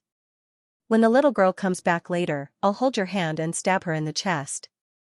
Then, I'll tie her father to a stone and throw him into the river. Tomorrow's news will say that the third young master of the Qi group kidnapped migrant workers and killed the father and daughter. What do you think the public will think of you? Qi Xingchen, it turned out that the video they recorded was completely prepared for Tao Tao. As long as Tao Tao edited it slightly, their words would become evidence of Nie Dawei's murder. Not to mention that they had really kidnapped him. It had to be said that Tao Tao, who had the memory of her rebirth, had too many advantages over them. When the others heard Tao Tao's plan, they couldn't help but show disgusted expressions. It was hard to imagine that there was such a vicious person in the world who had no regard for human life. Qi Jiazi was so angry that he spoke without thinking. Are you crazy? If you hate my brother, just come at us. Why do you have to sacrifice so many lives? Yes, I'm crazy. Tao Tao laughed even more happily. Qi Xingchen took away everything that should have belonged to me. How can killing him be enough? I want to ruin his reputation. I want him to bear the crime of killing a 6-year-old girl and die in disdain and scolding. But what can you get by doing this? You killed my brother. Those who don't like you will still not like you. The words don't like seemed to have hit a sore spot. Tao Tao's face darkened. It's not up to you to lecture me. If it weren't for the fact that you took care of Tao Xian, I would have killed you long ago. You still have the cheek to mention Tao Xian? At the mention of Tao Xian, Qi Jiazi was even angrier. How many times have you seen him since he was hospitalized? Did you know that he was not used to living here at first and would call your name every night before he went to bed? Did you care about his condition with the doctor? Have you ever fulfilled your responsibility as an elder sister, even for a day? Hearing this, Tao Tao was stunned for a few seconds. But then her face darkened even more. She walked in front of Qi Jiazi. Since you don't know how to appreciate favors and don't cherish the life I left you, as she spoke, she pulled out the knife. Then I'll take it back. She raised the knife high. No one would have thought that her temperament had changed to the point where she would kill someone on a whim, most importantly, because Qi Jiazi was too close to her. Before he could react, the knife had already begun to fall. He wanted to block it, but just as he raised his arm, the man next to him very perceptibly hit his arm with a stick. Ouch! Qi Jiazi felt the pain and changed to retreat. Two of the thugs instantly rushed up to grab him and pinned his hands behind his back. After fighting for so long, Qi Jiazi's physical strength was already at its limit. For a moment, he could not break free. Seeing that his brother was in trouble, Qi Xingchen did not care about anything else and jumped with one leg toward Tao Tao. Bai Yi and Aluan ran toward Qi Jiazi, trying to see if they could save him before Tao Tao attacked. But the knife fell too fast, faster than expected. It was so fast that Qi Jiazi did not have time to think about whether there were any regrets that he had yet to fulfill. The knife was already at his chest. Forget it, if I die, then I die. Qi Jiazi thought optimistically. He hoped that he could immediately become a malicious spirit after death. He would first save his brother-in-law, and Aluan, and then send Tao Xian back to the hospital. The sound of the knife stabbing into flesh was heard. Qi Jiazi did not feel any pain. Is death so easy? He opened his eyes in a daze. Then he saw the thin figure in a hospital gown standing in front of him. Tao Xian's appearance was too unexpected. For a moment, there was a terrifying silence. About 30 seconds later, Xiaoxia's trembling voice was heard. Blood, so much blood. He hugged Tao Xian and sat on the ground, covering Tao Xian's wound with both hands. I can't stop it. What should I do? There's so much blood. Brother, hurry up and find gauze and anti-inflammatory medicine. Hurry. Don't be silly. Tao Xian shook his head helplessly. This is the suburbs. How can there be gauze? But without gauze, what should I do? I can't stop it. Okay, don't cry. Tao Xian coughed twice. Give me some time, okay? I have something to say. Xiaoxia obediently closed his mouth, but he could not control his tears. Tao Xian reached out to wipe his tears, but found that it was endless. In the end, he gave up and took out his phone. Sister. He called out to Tao Tao, who was in a daze. I've recorded everything you said and sent it to the police. They're not far behind me. They'll be here soon. Let's stop. I hope I'm the last person you kill. Then, he held Xianxia's hand. Brother Xingxing, I know that you asked Xiaoxia to take care of me and tutor me. Thank you. I'm very grateful to have you as my brother in this life. Perhaps because he had said too much in one breath, Tao Xian panted for a while before looking up at Xiaoxia. Why are you still crying? Didn't you say that men shouldn't cry? Don't cry. Listen to me. Xiaoxia, I've lived for 17 years, and the happiest days have been when you were with me. I've often wondered what kind of dog's hit luck I had to meet you. I also want to apologize to you. I promised to take the college entrance exam with you. Now, it seems that I'm going to have to break the promise. But even without me, you still have to take the exam seriously, okay? I'll be watching you from the sky. Xiaoxia choked with sobs. That's more like it. Look. Tao Xian struggled to raise his phone. The screen showed the two of them sharing their location. Look, the two little arrows that represent you and me have overlapped. It means that we'll always be together. Xiaoxia, don't miss me, and don't forget me. We'll always be together. The hand holding the phone slipped weakly. Tao Xian was forever left on June 3rd. The one who did not have time for surgery and did not have time to take the college entrance exam with Xiaoxia. Tao Tao remained silent for a long time as she watched her brother's body gradually lose its warmth. It wasn't until she felt the cold handcuffs on her hands that she finally came back to her senses and remembered that summer a long, long time ago. That summer, her parents passed away in a car accident. None of her relatives wanted to raise two more children. After some discussion, they decided that each family would give her and her brother a few dozen yuan each month to ensure that they wouldn't starve to death. The Tao family had many relatives, and Tao Tao received more than 500 yuan each month. This money indeed wouldn't starve them to death, but both of them had to go to school, and school fees were a huge expense. Moreover, they had to wear clothes, right? They had to pay for water, electricity, and gas, right? As a girl, she could make do with being a vegetarian. However, Tao Xian was at the age of growing up. His height was like a willow tree, and he couldn't keep up with the nutrition. Although Tao Xian was very sensible and never made any requests, children didn't know how to hide. Every time the smell of stewed meat drifted over, Tao Xian would cover his nose and stomach. When Tao Tao saw this, she felt even worse than if she were hungry herself. Without her parents, Tao Xian was her only family. She believed that she had the obligation and responsibility to raise Tao Xian well. She began to work without Tao Xian's knowledge. Because she was underage, she couldn't go to formal places. She could only find restaurants, KTVs, nightclubs, and other places where good and bad people mixed together. She was a delicate and beautiful girl. Even if she used her toes to think, she knew what she would encounter. She could often feel wretched gazes lingering on her body. These were the better customers. If they were drunk, they would directly flirt with her. Some customers even relied on their power and influence to force her to drink with them. If she didn't, they would kick her out of the KTV. In the end, she compromised. She needed this job too much. That night, she went home drunk. Her bag was stuffed with money from the KTV boss. She put the money in the pocket money drawer and smiled very happily. Xiaoxian, we can eat meat for a month. From that day on, whenever Tao Tao went out to work, she could always feel a shadow behind her.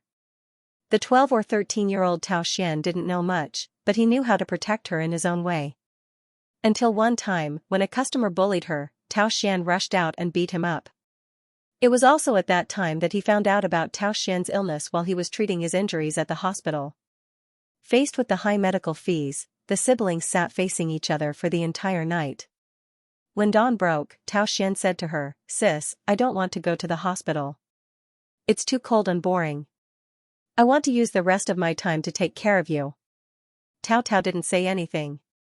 She secretly made up her mind to make money to cure her brother's illness. Perhaps there was always a way out. Not long after, she was spotted by a talent scout and signed with a company to enter the entertainment industry. Tao Xian could no longer be her secret guard, so he had to do the housework after class every day, cook for her and wait for her to come back. At 9 o'clock in the evening, Tao Tao could eat a hot meal. At 11 o'clock in the evening, Tao Tao could eat a hot meal. After work in the middle of the night, Tao Tao could still eat hot food. No matter what time it was, as long as she walked into the dilapidated neighborhood, she could see the light coming from her window. Someone was waiting for her to come home. Later on, as her fame grew, she became busier and busier, often staying out all night. But every night, she would call Tao Xian to tell him that she was safe, so that Tao Xian wouldn't be able to sleep. As she earned more and more money, she finally had the ability to send Tao Xian to the hospital for treatment. After the hospitalization, she promised her brother, "As long as I'm free, I'll definitely come and see you." The exhaustion on Tao Tao's face was obvious. Tao Xian nodded absent-mindedly. In the end, he still became his sister's burden. Later on, she fell in love with a man, but that man didn't love her back. She became paranoid and used all means to get that man. In the end, not only did she not get him, but she also killed herself. Then she was reborn. She knew that she was the heroine of a novel, and that man should have fallen in love with her. It was another person who took away everything that belonged to her. She hated it. Fortunately, the heavens gave her a chance to be reborn. With the advantage of her memory, she planned carefully from the beginning, step by step, step by step. But no matter what she did, Bai still fell in love with Xianxia, and couldn't even be bothered to look at her. She became more and more resentful, and began to use all means. She put all her thoughts on scheming, and naturally neglected Tao Xian. On the first day of the new year, she went to the hospital under the reminder of her manager. That day, Tao Xian asked her a question. "Sister, are you happy now?" At that time, she was blinded by hatred, and her mind was filled with thoughts of destroying Xianxia and snatching back Bai. She said she was happy. It was only at this moment that she realized, as a person of two lives, the happiest days were the poorest days. As long as her brother showed a satisfied expression, it was enough for her to be happy for a long time. What she missed the most was not the person she couldn't get, but the shadow that guarded her in the dark alley, the food that was always hot in the pot, and the warm light that she saw when she looked up after a tiring day. That was the proof of her family. At this moment, she killed her only guardian with her own hands, and tore apart her family with her own hands. She knelt on the ground and held her brother's hand like when they were children at the playground. She smiled silently, and then returned the recording pen to Xianxia. She said to the police, "I plead guilty. Take me away." After all, she was a public figure. When the news of Tao Tao's arrest came out, Weibo exploded.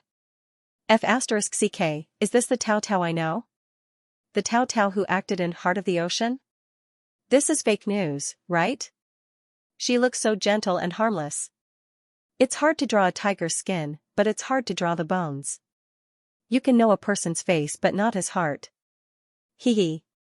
Oh my god, is this B***TCH psychopath? Can she sleep at night? Isn't she afraid of ghosts coming for her life? Ugh, I'm going to vomit. I never thought that there would be such a vicious person in the world. I hope that she dies without an intact body, and her body will be eaten by dogs. Oh no, dogs will only dirty their mouths. Let her melt into a puddle and stop harming small animals. Why can't she be tortured now? She should be sent to death by 1,000 cuts, one by one, to appease her soul in heaven. Death by 1,000 cuts is not enough. I hope that she will be reincarnated into an animal and never be a human. She will always be a cow or a horse for the people she killed. She doesn't deserve to be a human at all. Unfortunately, Xianxia didn't have time to read those curses. After the police arrived last night, they first went back to the police station to cooperate with the police to take statements and submit the recording pen and the evidence in the DV. After that, they were sent to the hospital for a physical examination. Fortunately, although Nye Dawe's head wound was big, it was not fatal. After the emergency treatment, his vital signs were stable, and he could be sentenced after he woke up. Tao Xian's body was directly taken away by the police. At Xianxia's request, it was handled very decently. According to the beautician who did his makeup, he always had a smile on his face. He must have returned to heaven. Yes, angels should belong to heaven. After Tao Tao was arrested, Xianxia and Xianxia were naturally responsible for organizing her belongings. That was the first time Xianxia went to Tao Xian's residence and saw the place where Tao Xian grew up. After cleaning the room, Xianxia said, "Brother, can you leave first? I want to be alone with him for a while." Xianxia ruffled his hair and left as instructed. At the same time, due to the conclusive evidence and Tao Tao's confession, the mysterious man who bribed the former employees of the Qi Corporation for Tao Tao was quickly arrested. Seeing that the mastermind had been brought to justice, the mysterious man quickly admitted to the crime of anonymously reporting with a wig. The truth of the Qi Corporation's tax evasion case was revealed. Financial tabloids, financial news, and all the shareholders who had believed that the Qi Corporation was finished complained incessantly. They wiped their tears as they watched the Qi Corporation's stock rise at the speed of light. Xianxia, who had been detained for nearly a week, finally saw the light of day again. The Qi family had finally survived this catastrophe and was reunited.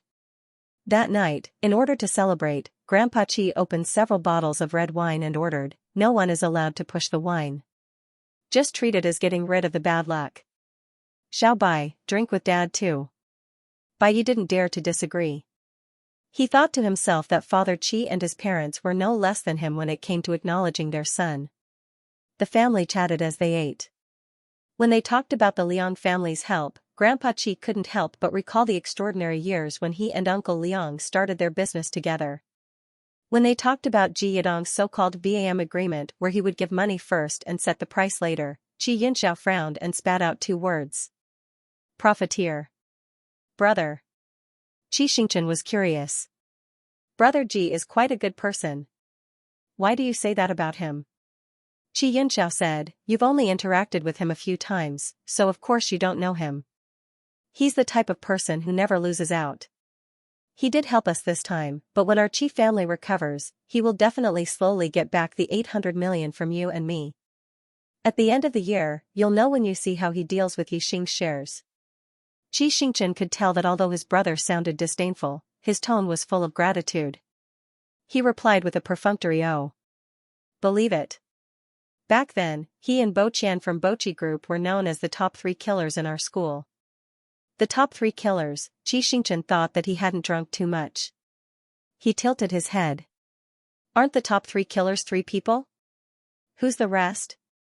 Xianxia was silent for a while before he said expressionlessly, "It's me." Xianxia, ha ha ha ha ha. When they talked about Tao Xian, everyone's eyes were wet. Grandpa Qi said, "He's a good boy. Let's toast to him." Everyone drank it in one gulp and then silently sent him their blessings in their hearts. By the way, Xianxia suddenly remembered something. "Xing, before our family was in trouble, you said that you became mature because something went wrong. What happened?" Xianxia was stunned. If his brother hadn't mentioned it, he would have forgotten. At that time, he didn't expect the Qi family to encounter such a big obstacle.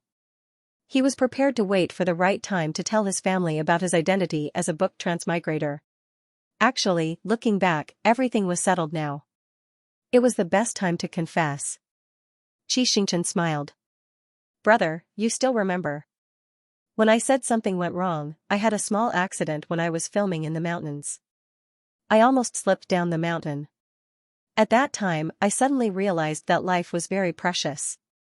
I didn't want to continue living in a daze, so I began to learn to grow up and be a person. The Qi family had always trusted Xianxia's words. Immediately, they were indignant that the safety measures of the crew were not good enough. They also tried their best to persuade him to quit acting. Filming was dangerous and tiring.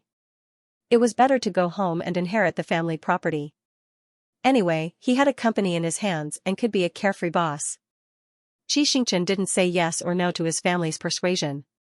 Perhaps, his first movie would also be his last. Due to the complexity of the case, the number of people involved, and the tedious collection of evidence, Tao Tao's case had to be announced at a later date. After staying away from Red Sun for more than half a month, Xianxia was too embarrassed to continue staying at home. After explaining the situation to his family, he left with Bai Yi. Before leaving, Grandpa Qi held Bai Yi's hand and said reluctantly, "Xiao Bai, if Xianxia bullies you, tell me directly. I'll teach him a lesson for you." "Okay." Bai Yi nodded solemnly. "I'll take good care of him. You take care of yourself too. Hey, come home often. I'll definitely come to see you often. Please don't send me off." Just like every time they went out, the Qi family watched the two of them enter the VIP passage.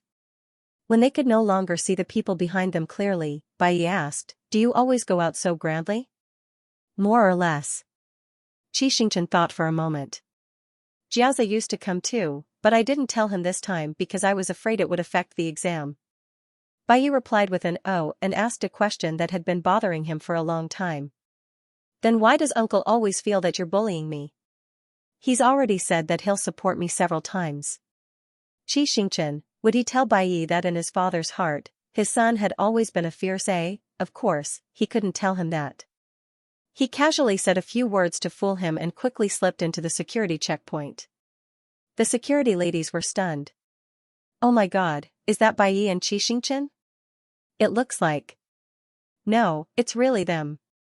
Why didn't they arrange for me to go through the third checkpoint? I want to check Bai Yi. The two of them look so compatible. They've been public for half a year, right? It's been half a year, but their eyes are still glued to each other like they're in love. How nice. Those who were unable to get close to the two of them were envious, jealous, and hateful.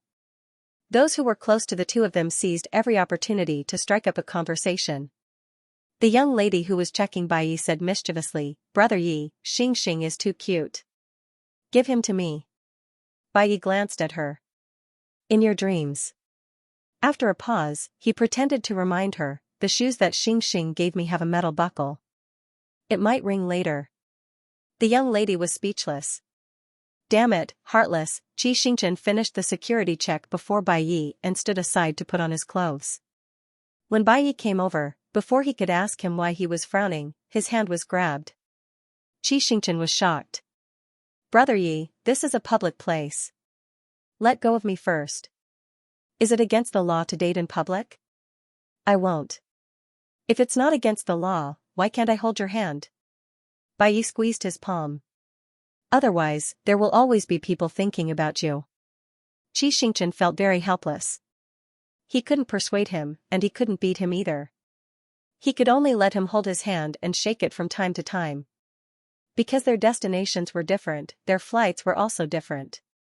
Xianxia left a little earlier, and Bai Yi was about 2 hours later. They entered the departure lounge together, and Bai Yi chose a small corner to sit down.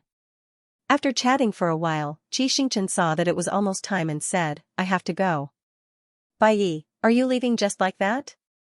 How else could he leave?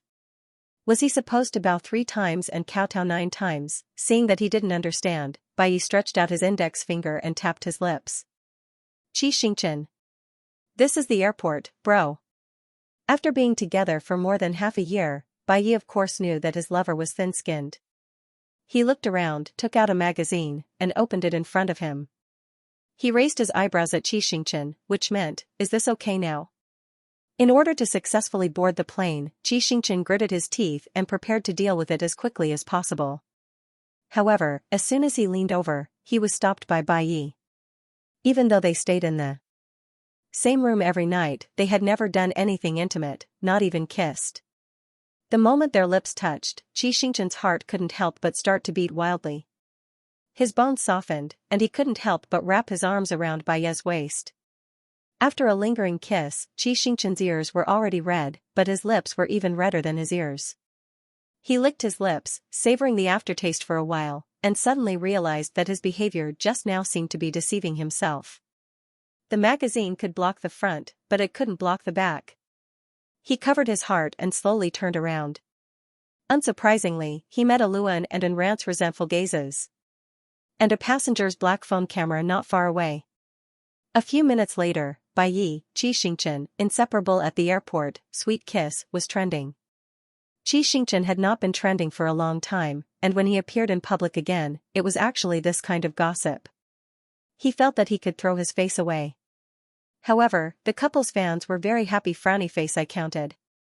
They kissed for a total of 3 minutes and 44 seconds. Oh my god, their lips didn't break?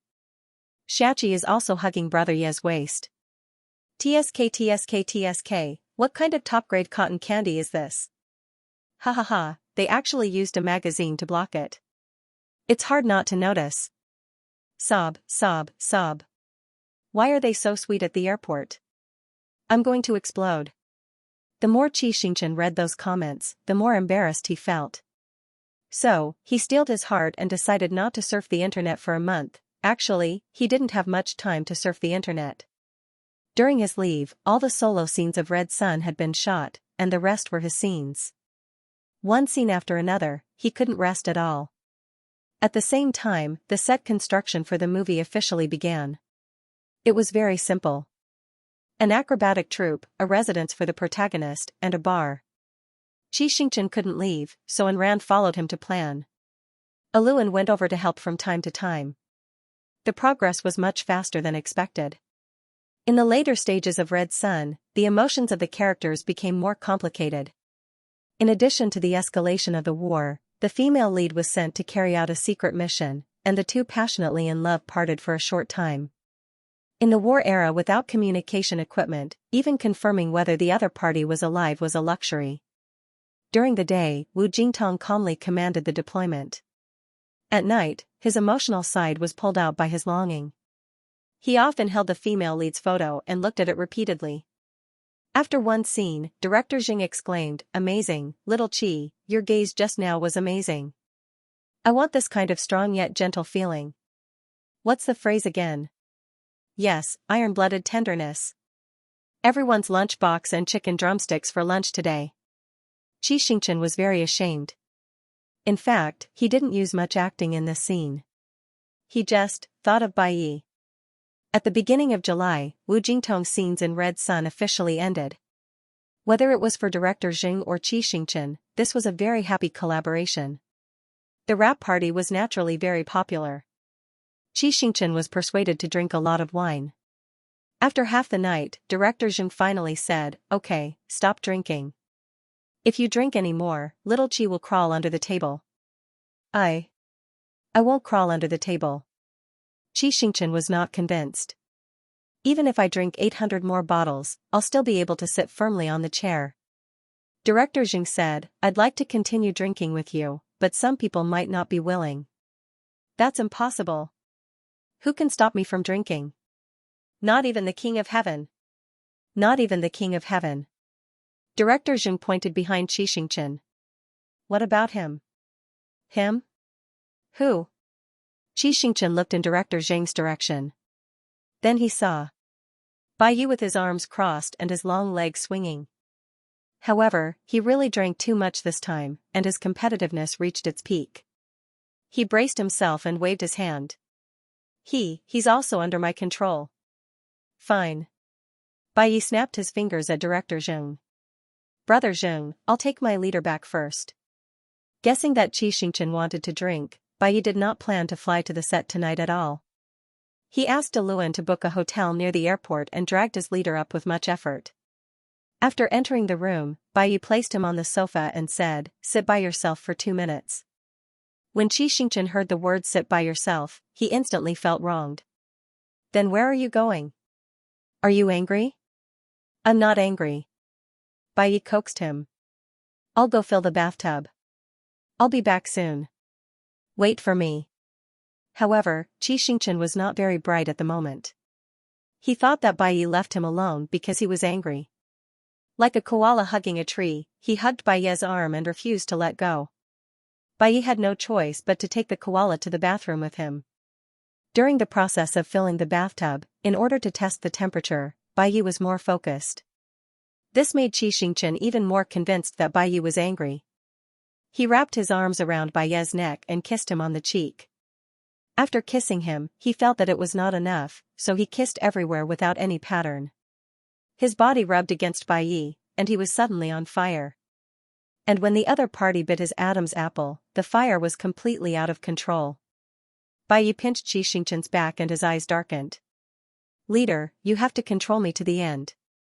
Of course, Xianxia said generously. Tell me, what do you want me to control? Bai grabbed his hand and moved it down.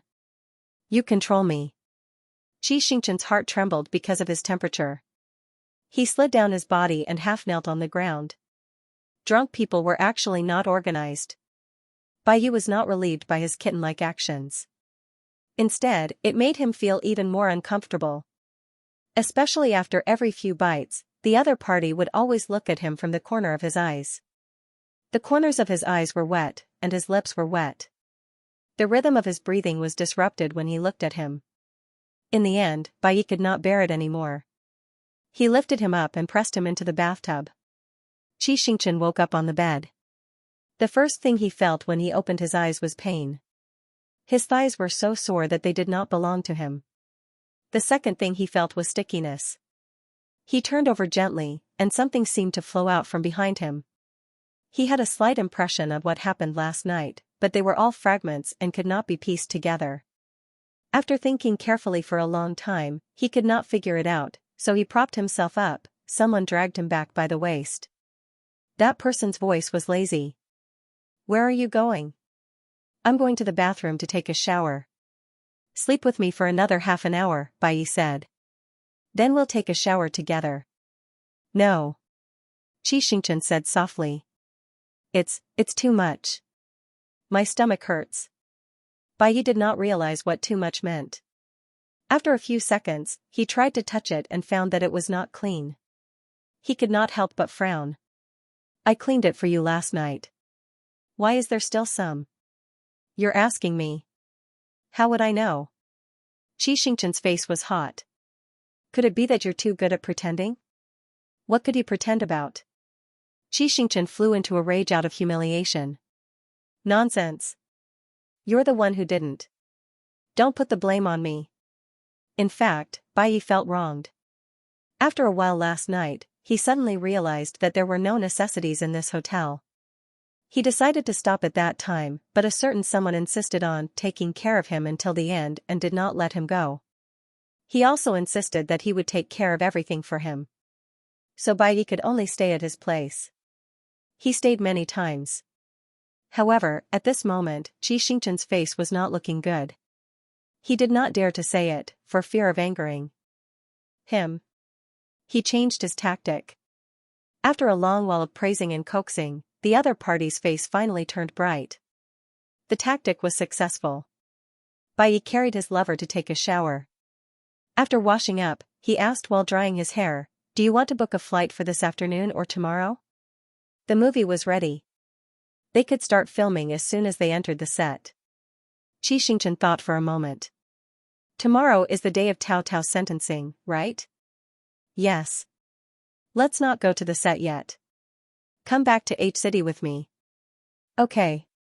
Bai nodded. Are you going to the court to observe the hearing? No. Xianxia paused. I want to verify something with her. If it's possible. Tao Xian might not have to die.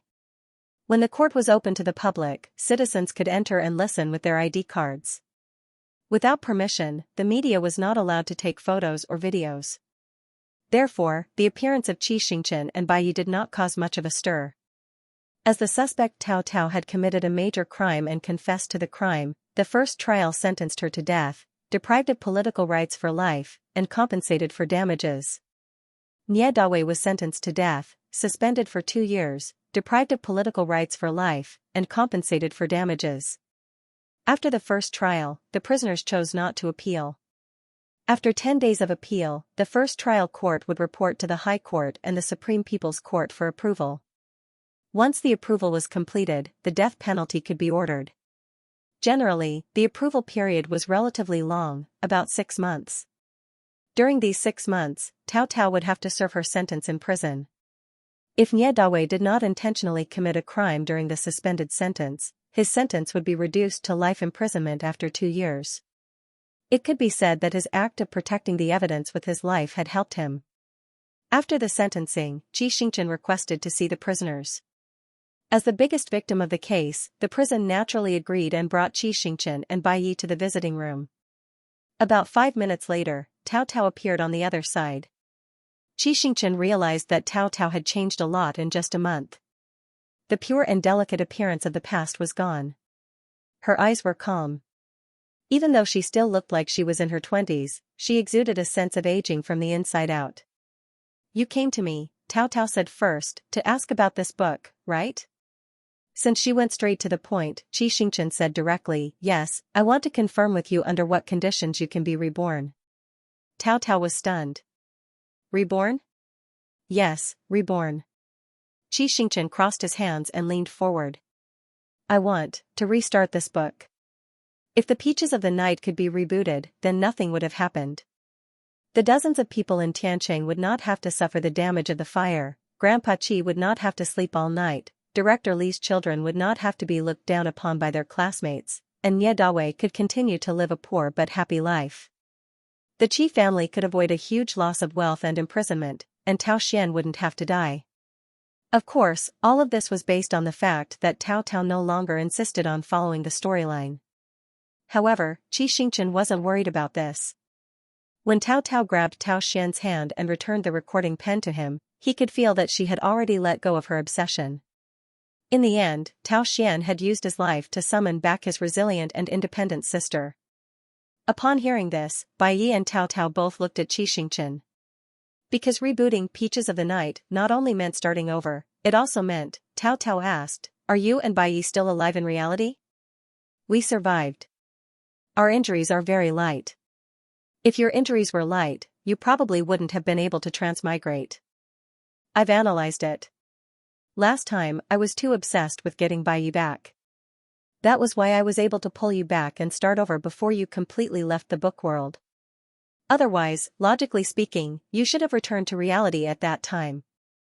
"If my analysis is true," Tao Tao said, "you might have to give up everything you have now and give up the chance to live a peaceful life here. Are you willing?" Xianxia smiled. Were they willing? Since Bai Yi asked him if he would go back, he had been thinking about this question for more than a month. In reality, he was alone and had been relying on his meager acrobatic performance fees and scholarships to survive. Other than studying, the only joy in life was listening to Bai Yi's songs. In this world, he had a family that doted on him and countless assets. He had eaten delicacies that ordinary people might not be able to eat in their entire lives. There were fans who liked him, flowers, applause, honor, and Bai Yi. The night sky that he looked up at was now sitting beside him, holding his hand. Was he willing to give up these? To be honest, he had hesitated. He had never felt the warmth of his family. He was reluctant to leave his father, sister, brother, and Liang Jing. He was also reluctant to leave Bai Yi. So, when Bai Yi asked him, he did not answer immediately. It was Tao Xian's death later that confirmed his thoughts. If their departure could be exchanged for peace and peace for everyone, then, "I'm willing," Xianxia said, "I'm willing to give up." Bai Yi's hand tightened. For him, everything in the book was exactly the same as his original life. There was no difference between staying here and going back. But he knew how much Xianxia had sacrificed for this. His lover was a very kind and good person. Tao Tao stared at Xianxia for a few seconds and suddenly smiled. "Now I know why he likes you. I'm indeed not as good as you. But there's one more question. I'm not sure if you've considered it. Tao Tao paused. From the way we met for the first time in Poor Traveler, it's obvious that you don't know each other. This means that once you leave the Night Peach, you might forget everything in the book, including the experience of being in love. Can you accept it? Xianxia looked down. This was the main reason why he had been struggling for a month. Every time he thought about being strangers with Bai Yi, his heart felt like it was being repeatedly cut by a blunt knife. It hurt so much that he almost lost his ability to think. He liked Bai Yi too much. He liked him so much that he did not want to think about a bad ending. But Bai Yi also had family in the real world. If Bai Yi stayed with him in the book and remained unconscious or even stopped breathing, how desperate would his family be? How sad would the night sky followers who followed Bai Yi feel? He could not be so selfish. He opened his mouth, but no sound came out. He took a few deep breaths and was about to say, "I can accept it." The person beside him said, "It's okay. I'll remember him." As a novel with a main female protagonist, The Night Peach existed to serve Tao Tao. Xianxia and Tao Tao agreed that if she willingly died, the world in the book would continue to operate. But if she was unwilling, the plot would return to its original state and start all over again. This cycle would repeat until the female protagonist got the result she wanted. Before Xianxia came to visit, Tao Tao had already realized that she could not force things that did not belong to her. She planned to peacefully accept death and reunite with Tao Xian in the afterlife. Now that Xianxia had a request, she thought for a moment. Okay, I'll try. If I can really be reborn again, I'll stay away from the Qi family and cure Xiao Xian's illness as soon as possible. I'll take him to live a safe and healthy life. If I fail, please bury me in the same cemetery as Xiao Xian. I know I don't deserve to be buried with him. I just want to see him from afar. When a person was about to die, his words were kind. It was time for visiting. Xianxia promised Tao Tao that he would leave the prison with Bai Yi. On the flight to the set, Xianxia asked Bai Yi, "Do you blame me for making the decision without your permission?" "No," Bai Yi said. "If I were you, I would make the same decision. I'm proud of you, Brother Yi." Xianxia leaned on Bai Yi's shoulder. "Whether you remember me or not, I'll always like you." Bai Yi rubbed his chin on the top of his head and said, "Okay." By the time they arrived at the shooting location, it was already dark. As producers, Xianxia and Bai Yi treated all the crew members to a meal. It was an apology for not showing up during the preparation period and also a mobilization before shooting. The most taboo thing in filming was personal emotions. The next day, after the opening ceremony according to the rules, the two of them did not mention what happened yesterday and devoted themselves to the shooting of You and Me. The story of You and Me spanned the 60s to the 90s. In the early 60s, the protagonist, Xianxia, was born in an extremely ordinary family. In order to let the child eat, the Xin family sent the child to an acrobatic troupe to learn. That was the beginning of Xianxia's life. In the era when television was not popular, acrobatics was one of the favorite entertainment for the elderly and children. At the same time, if a family could invite an acrobatic troupe to perform on festivals and birthdays, it was proof of a rich family. In the entire acrobatic troupe, Xianxia was the most handsome and had the best figure, so she was appointed to perform in every performance. The local people could not remember the name of the silk, so they liked to call this sport of flying around with the silk. Xianxia was one of the most outstanding flying fairies. Every time he performed in a rich family, the other brothers would eat backstage, but Xianxia would be invited to the table and eat with the host. Over time, the brothers gradually became estranged from him. When they mentioned him behind his back, they would spit, "Bah, he just has a seductive face. Look at his eyes when he performs. He must be seducing some rich man." When Xianxia heard this, he cried silently and then practiced desperately. He even asked the troupe leader to stop performing in the silk. He wanted to prove to his brothers that he was not that kind of seductive person. Unfortunately, no matter what he did, everyone's prejudice against him became deeper and deeper. In the end, he simply went all the way and really followed a rich man. The rich man treated him very well, but unfortunately, the good times did not last long. Not long after, the rich man was defeated. Xianxia lost his source of income and could not return to the acrobatic troupe.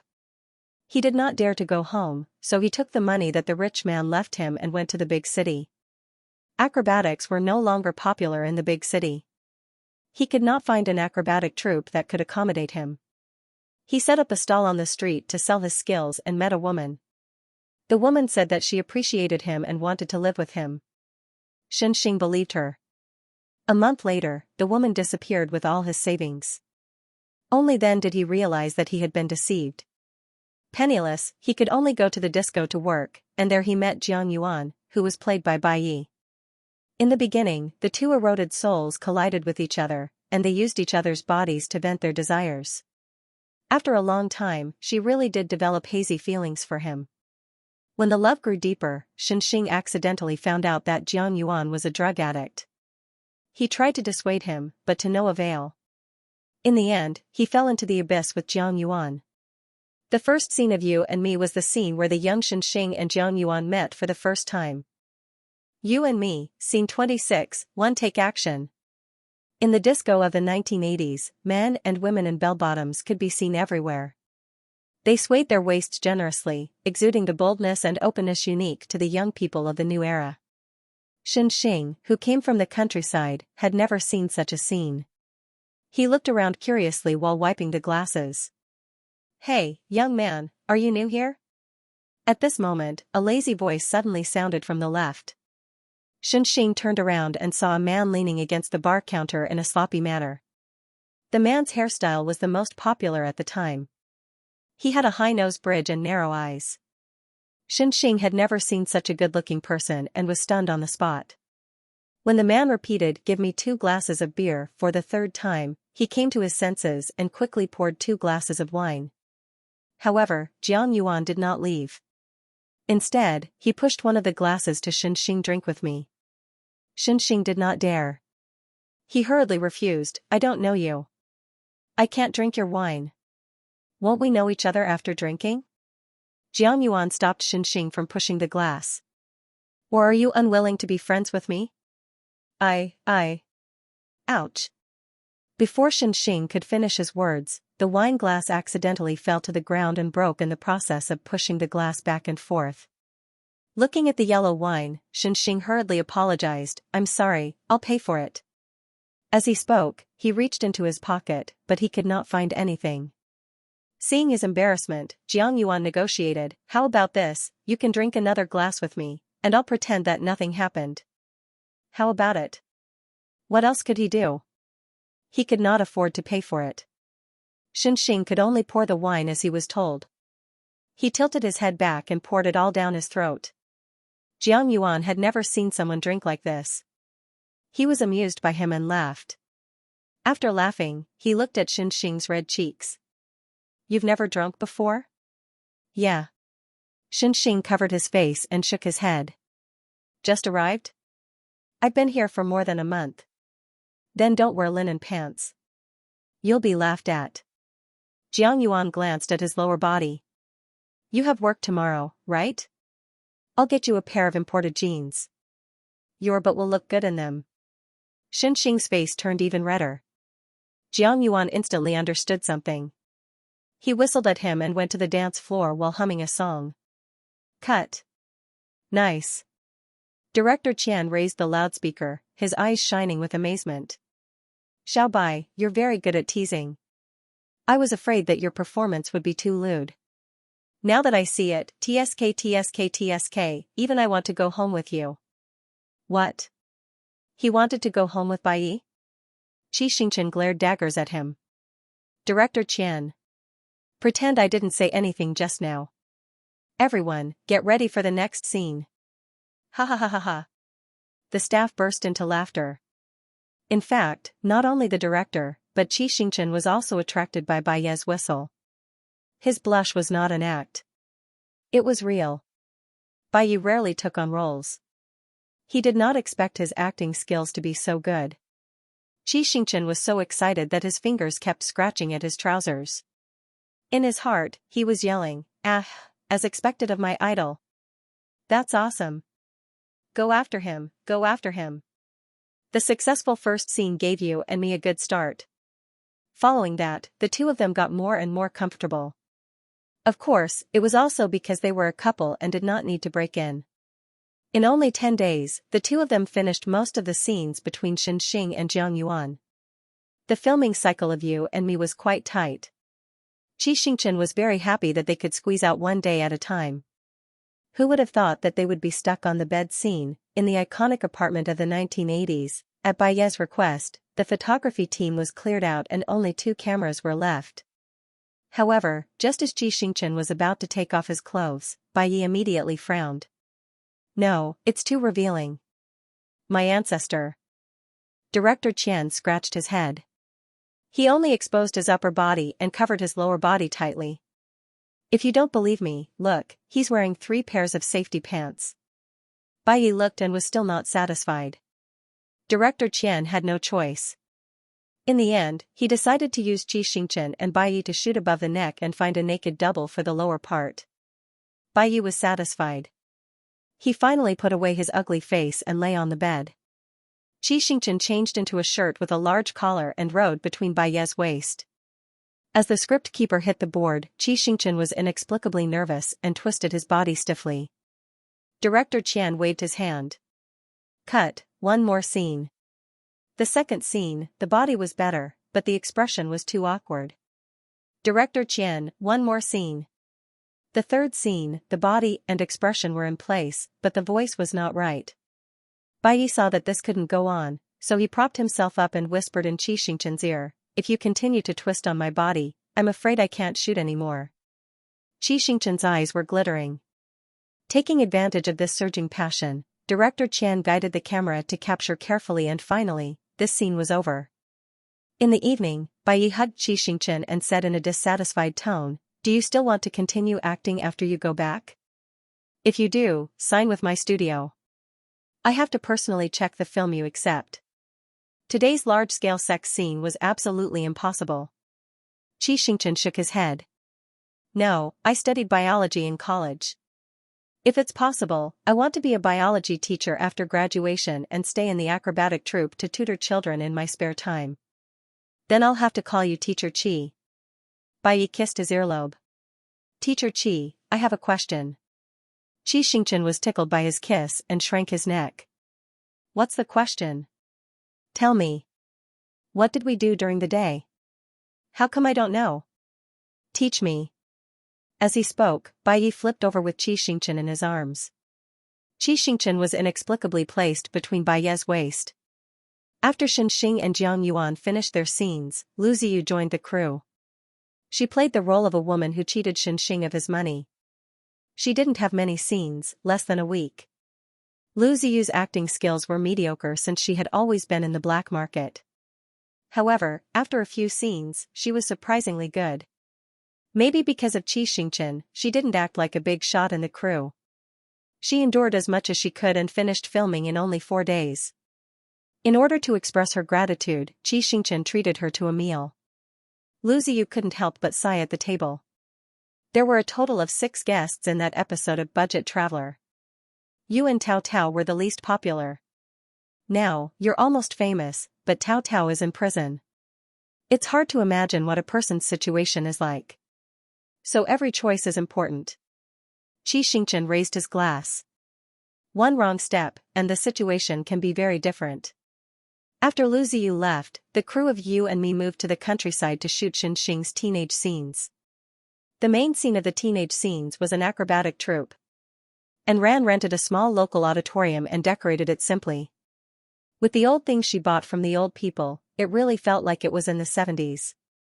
On the first day of filming, Xianxia had just walked into the set when Baiye kept asking, is the rocker arm checked? Did the wire machine test? Is the silk safe enough? Why do I feel like it's not strong enough? Xiaobai, I knew you would ask this, so I specially ordered the silk. It's a high-tech blend, and it won't break even if you hang a small car. Director Qian wanted to cry but had no tears. Baiye looked at him suspiciously and tugged at the silk.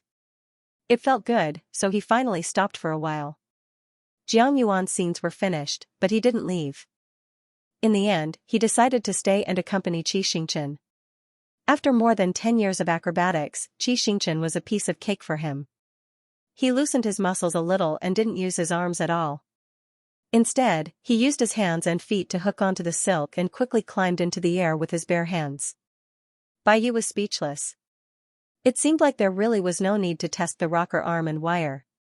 This was the scene of the young Xianxia performing a sling, and it was also one of the most beautiful scenes in the entire movie.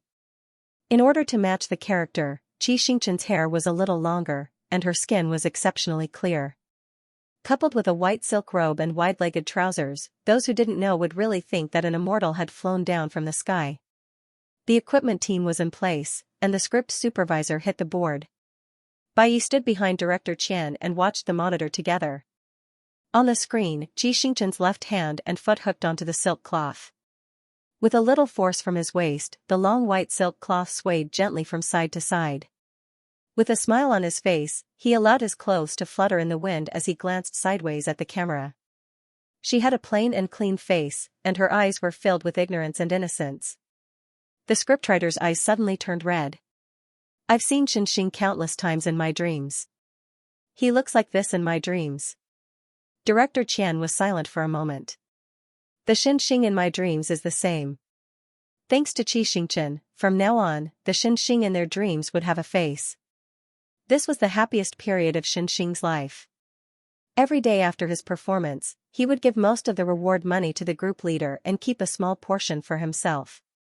He would take a neighbor's car to the market to buy rouge for his mother and candied fruits for his sister. When he had more money, he would also bring some snacks for his fellow disciples. Although he didn't know why they didn't seem to like it, they used to like it very much. One night, he accidentally left something in the training room.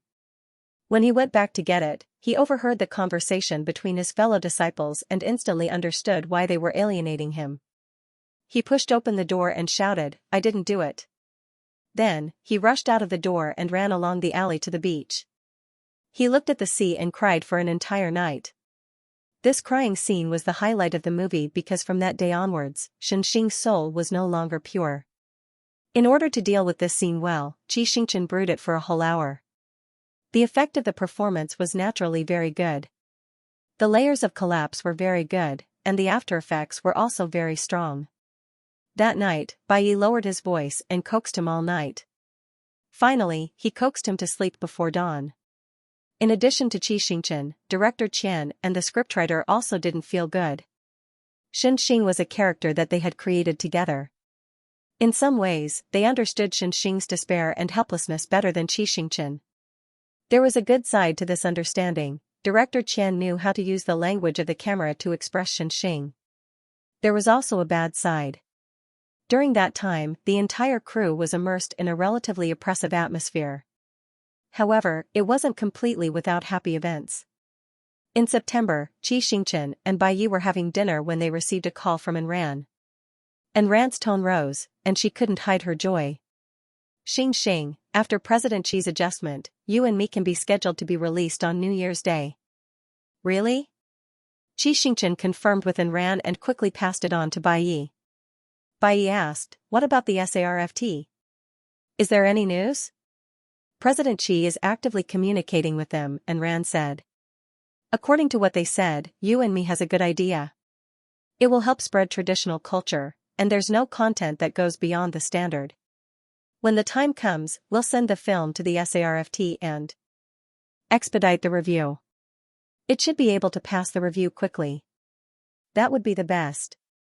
Xianxia and Bai Yi looked at each other and kissed happily.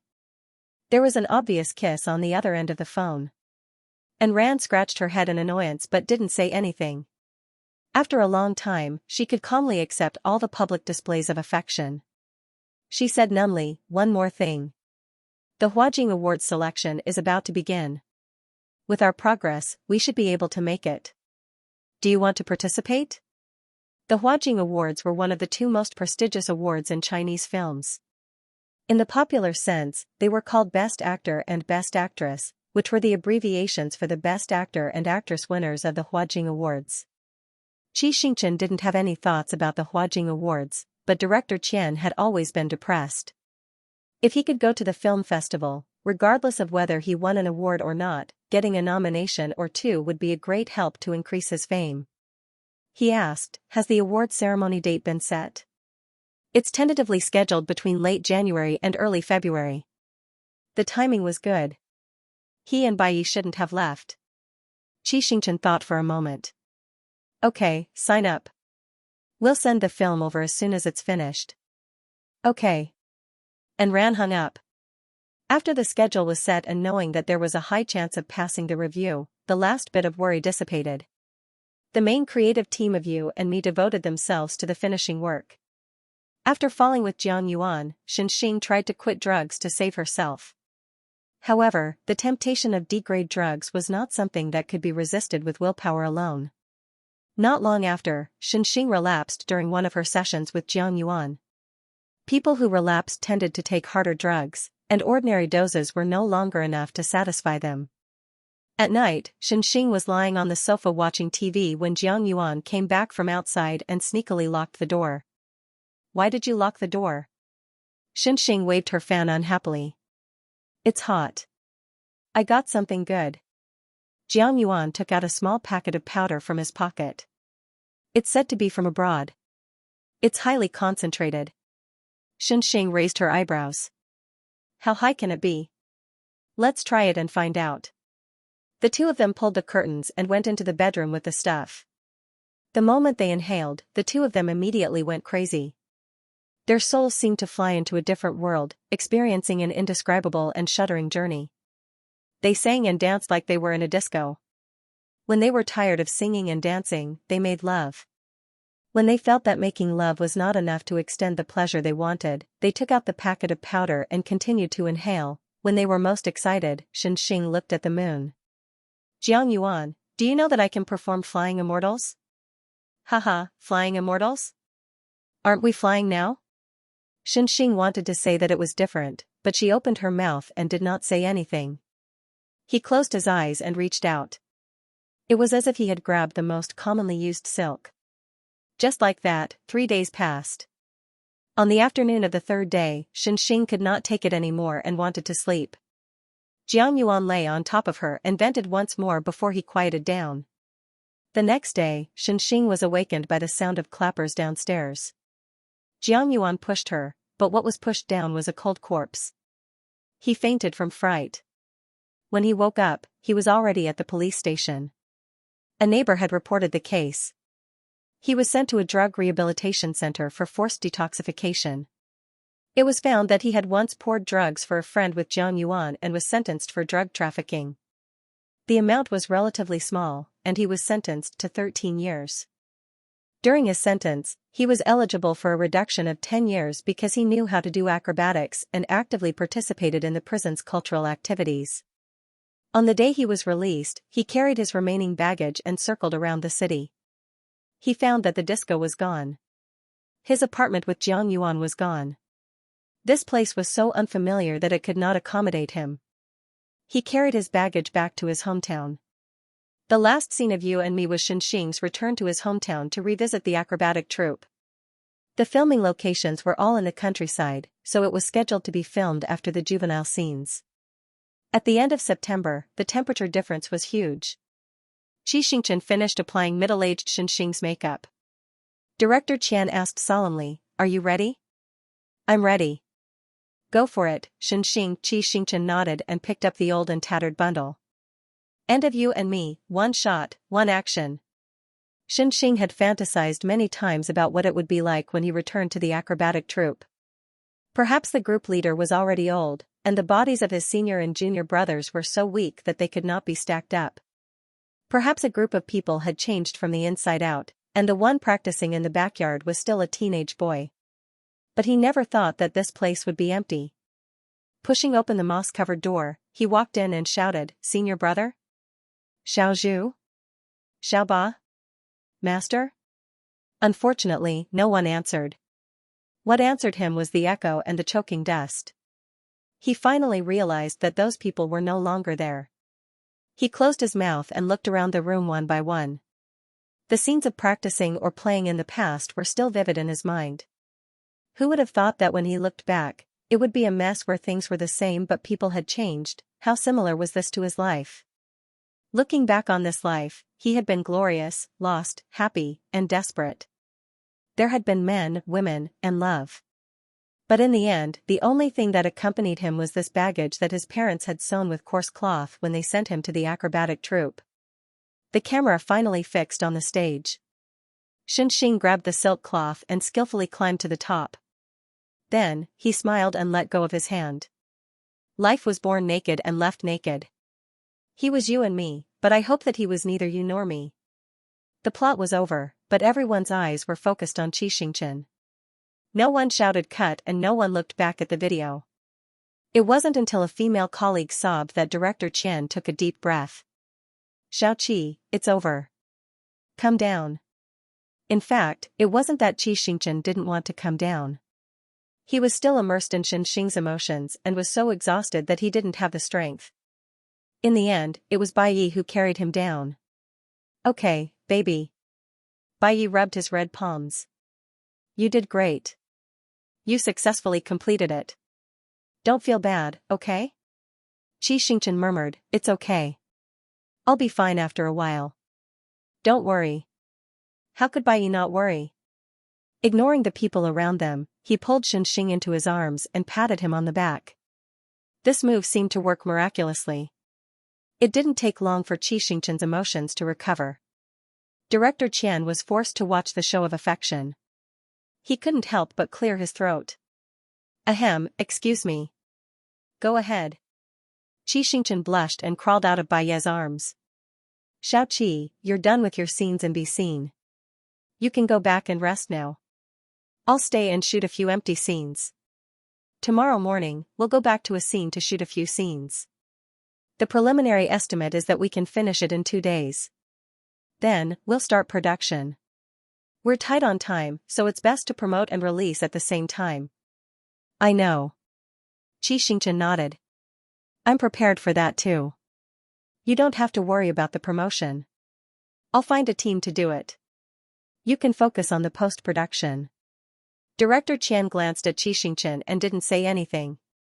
Seeing that he didn't speak, Xianxia thought that he was dissatisfied with the arrangement. Just as he was about to ask, Director Qian took a deep breath and suddenly bowed deeply. What are you doing? Xianxia panicked. Get up. I don't mean anything else. I just want to thank you. Xianxia didn't know whether to laugh or cry. You thanked me when we first started the project. Don't treat me like an outsider. Get up quickly. That time, it was to thank you for the investment. This time. Director Qian's voice trembled. This time, I want to thank you for giving Xianxia her soul. Xianxia admitted that he couldn't reach the level that Director Qian was talking about. He negotiated with him and finally persuaded him to get up. However, before he could walk out of the set, the scriptwriter ran over and hugged him and cried. A good wrapping up battle turned into a crying competition. If Bai Yi hadn't pulled the scriptwriter away, Xianxia suspected that he would have drowned in tears. You and me had too many scenes and was very tired. After returning to the hotel, Xianxia took a comfortable bath. When he came out, he saw that Bai Yi was holding a notebook and scribbling again. He had been like this recently.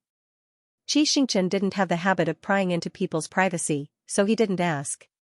When he smelled the shower gel, Bai Yi looked up and opened his arms. Come here, let me hug you. Xianxia obeyed and sat in his arms. Bai Yi sniffed his neck. You used my shower gel?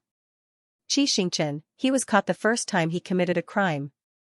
Do you like the smell? If you do, you can use it. Xianxia hugged Bai Yi's waist. He didn't just like the shower gel.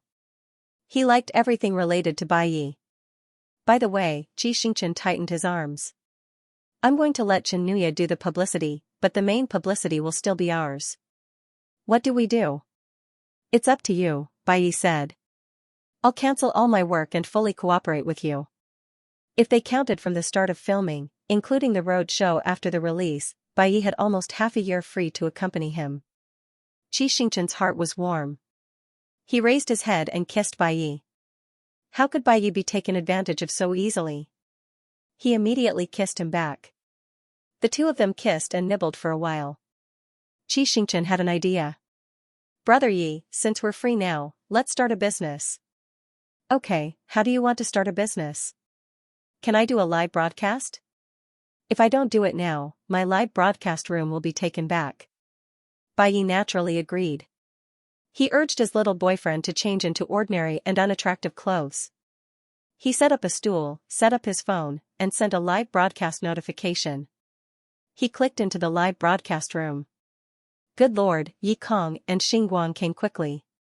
After all, it was the first time the two of them officially did a live broadcast together. Xianxia was a little reserved. After a proper greeting, Bai Yi saw that his little boyfriend didn't seem to know what to say, so he took the initiative to answer the fans' questions. Yes, the two of us are at the hotel. How long has it been since you did a live broadcast? The last time was the 4th day of the Chinese New Year, right? It's been 7 or 8 months since then. Weibo, I'm too lazy to post on Weibo. And we've been busy filming recently, so we don't have time to play with our phones. You're asking if there's a kissing scene?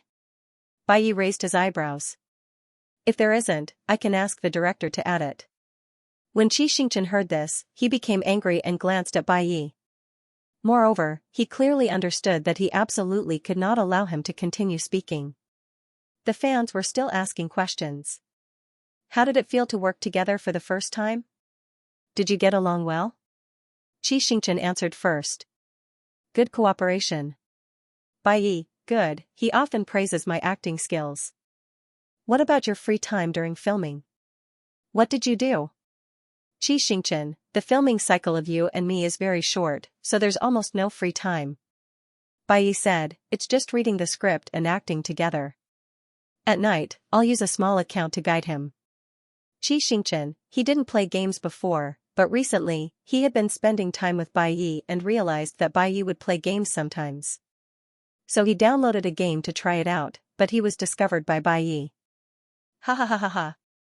How do you get along with each other in the crew? Do you deliberately avoid suspicion? Xianxia, work is my main priority. Bai Yi, no, there's no need to. They do what they're supposed to do. Over time, they've gotten used to it. Xianxia, he took a deep breath and rubbed Bai Yi's leg with the tip of his foot under the table. Receiving the signal of his lover begging for mercy, Bai Yi raised his eyebrows and stopped. Of course, the fans didn't know what they were doing, and the comments section was still refreshed. When will you and me be released? After this movie, will you have any other collaborations? Xianxia replied, you and me may be released around New Year's Day. I'll let you know as soon as I have the news. As for the collaboration, he didn't know what to say. Everything in the future was unknown. There will be collaboration. At this moment, Bai Yi suddenly said, we have a song to record soon. Song? Xianxia turned to Bai Yi, his eyes confused. Bai Yi was amused by his cute boyfriend and scratched his chin. I wrote a song for you and me, would you like to sing it with me? Xianxia's chest was so loud that he couldn't hear anything. All he could hear was his own heartbeat. The idol he had been chasing for 8 years invited him to sing with him. How lucky he was to have his dream come true. After filming the unsatisfactory scenes, you and me officially entered the intense post-production. In order to cooperate with the publicity, director Qian worked day and night to cut 2 clips. One was the scene of Xinxing performing the sling, and the other was the interaction between Jiang Yuan and Xinxing. With the gimmick of last night's stars' first appearance together, only the fans were looking forward to you and me. However, after the first clip was released, the passers-by changed their views. Frowny face. This movie looks good quality. It doesn't look like a shoddy product made for the sake of earning money from fans. Xianxia's performance is unexpected. I'll say, I'm a little shocked by the protagonist's gaze. Xinxing's eyes, it looks like Xianxia didn't put on any makeup. His skin and looks, tsk, it's not an exaggeration to say that he's looking good recently, right? When the second clip was released, it was the fans' turn to celebrate. Frowny face. F***ck. F***ck. F***ck. I'm gone. Isn't this 2F***king naked? I'm about to have a nosebleed. F***ck. I can only say that brother Yi, you're so good. I seriously suspect that Xiao 7's shy expression is not an act, but a real one. Doghead, F*CK, I'm so envious of last night's Stars CP fans. If my CP was like this, I would be able to rest in peace now. In the 48 hours after the clip was released, except for a few haters, the comments were almost all good. Moreover, there was no need for Xianxia to hire a water army to create hype. As the water flowed, it became a trending topic on its own. Even Xianxia could not help but call Xianxia. Little President Xi, you said too much for the publicity budget. We don't need that much money at all. It's okay, leave it for now, Xianxia said. Brother Chen, help me prepare a recording studio when you're free in the afternoon. We'll be using it tomorrow. As Baiye's old boss, Xianxia's recording equipment was quite good. They had found a place to record. Baiye had a production team and everything was ready. Xianxia nodded. Xianxia hung up the phone and lowered his head to look at the words only lacking the east wind. Music score. He still hadn't learned QAQ. It wasn't that he didn't know how to sing, it was that he couldn't sing the feeling he wanted. The unreal feeling of having his dream come true made him a little scared. He was afraid that he would not be satisfied if he did not sing well, and he was also afraid that he would fail to live up to the song that Baiye had painstakingly written. Seeing his troubled expression, Baiye, who was thinking about the arrangement, took off his headphones. You sang very well yesterday. Xianxia, no, I feel like something is missing. What do you lack? Tell me about it. How should I put it? It feels like I'm singing very flatly, making it impossible for people to empathize with me. But I'm clearly using my emotions. Baiye thought for a moment. You need to add a bit of skill. He grabbed the guitar and sang as he spoke, for example, this line, see the other side of life. In the context of the whole song, this should be the happy part, so you have to put the emphasis on the word higan, and the last syllable should go up. Try it. Xianxia sang the song according to his instructions. Baiye shook his head. No, it's not happy enough. But I'm already very happy. Baiye hooked his little boyfriend's neck and pulled him in front of him. He tilted his head and kissed him on the lips. Are you happier now? Yes, yes, yes. Xianxia nodded like a chick pecking rice. Okay, sing again. See the other side of life, just like that, he taught Xianxia word by word. Before they left, Baiye finally taught Xianxia until he was satisfied. In fact, it wasn't that Xianxia didn't sing well, it was that he had high expectations of himself. Aluan had already prepared the car and told them to go downstairs. Xianxia and Baiye held hands the whole time, not letting go even when there were other people in the elevator. As the time to leave Peaches of the Night approached, they couldn't bear to be separated even for a second. After a year and a half, Xianxia was still the same. A large group of paparazzi, reporters, and stand-ins were squatting at the door. The bodyguards helped them tear a hole in the human wall. Baiye protected Xianxia as they entered the hall. At the innermost side of the hall was the Wall of Honor. The first time they came, Baiye was at the top of the Wall of Honor, and Xianxia couldn't find him. The second time, Xianxia was an arm's length away from Baiye. Now, Baiye was still at the top, and Xianxia was below him. The two were only 2 or 3 centimeters apart. Xianxia rubbed the tip of his nose. After working hard for so long, he could finally see him when he looked up. The recording studio was on the 4th floor. Because little CEO Qi had said something, the studio with the best equipment had been reserved for them. Xianxia didn't think too much about it. He chatted with Xianxia as they walked. Before they reached the recording studio, they saw a group of boys and girls gathered at the end of the corridor from afar. They were young, but the content in their eyes was the same: curiosity, admiration, and anticipation. It was exactly the same as when Han Qing pulled him to see Baiye. Xianxia turned his head and said to his assistant, "Tell them to go back and practice. Don't let them stay here." "It's okay." Xianxia immediately stopped him. "Don't worry about it. Let them see if they want to." Baiye said, "That's right. My idol was also a trainee." Xianxia, "Fine, I'm alone. I can't win against the two of you." Stepping into the recording studio, Baiye's team had already been there for a while. All the equipment needed had been tested. Xianxia stood in front of the microphone with the mood of going to war. Bai Yi mentally prepared him. Just sing like this morning. Xianxia, Bai Yi, you can do it. Xianxia, no, I can't. You're my boyfriend. That's why you're comforting me. Bai Yi was very helpless. He wanted to laugh a little. Then I'll order you as your idol. Now, immediately sing as I say. My schedule is very tight. I don't have time to waste with you. Okay. Xianxia stood at attention. I definitely won't waste your time. The two drank a glass of water to moisten their throats and immediately started singing. Recording was a process of repeated adjustments. Fortunately, the two of them had not stopped practicing. After a whole morning, they really finished recording. After listening to it, the tuner gave the two of them a thumbs up. Bai Yi pinched the back of Xianxia's neck and said with a smile, Alex, play the original. The moment the two of them spoke together, Xianxia felt that maybe if he stretched out his hand, he could really touch the night sky. The production of the music was much faster than the post-production of the film. 3 days later, Bai Yi received the finished product. He selected a short section and put it on the internet as a benefit for the fans. It had been a year and 2 months since the last album was released. The Night Sky fans were crazy and rushed over to listen to it. After listening to it, other than being abused, there was a wonderful feeling. As the ceiling of singing and dancing, Xianxia could not surpass Bai Yi even if he racked his brains. However, it was really difficult for non-professional singers to express the artistic conception of the song without going off-key or stealing the beat. And Xianxia did it. Little brother Qi did not deduct points from this song. Bai Yi read the comments in the circle and posted with satisfaction, "Does it sound good? I taught you." The night sky was speechless. Can you stop showing off your face?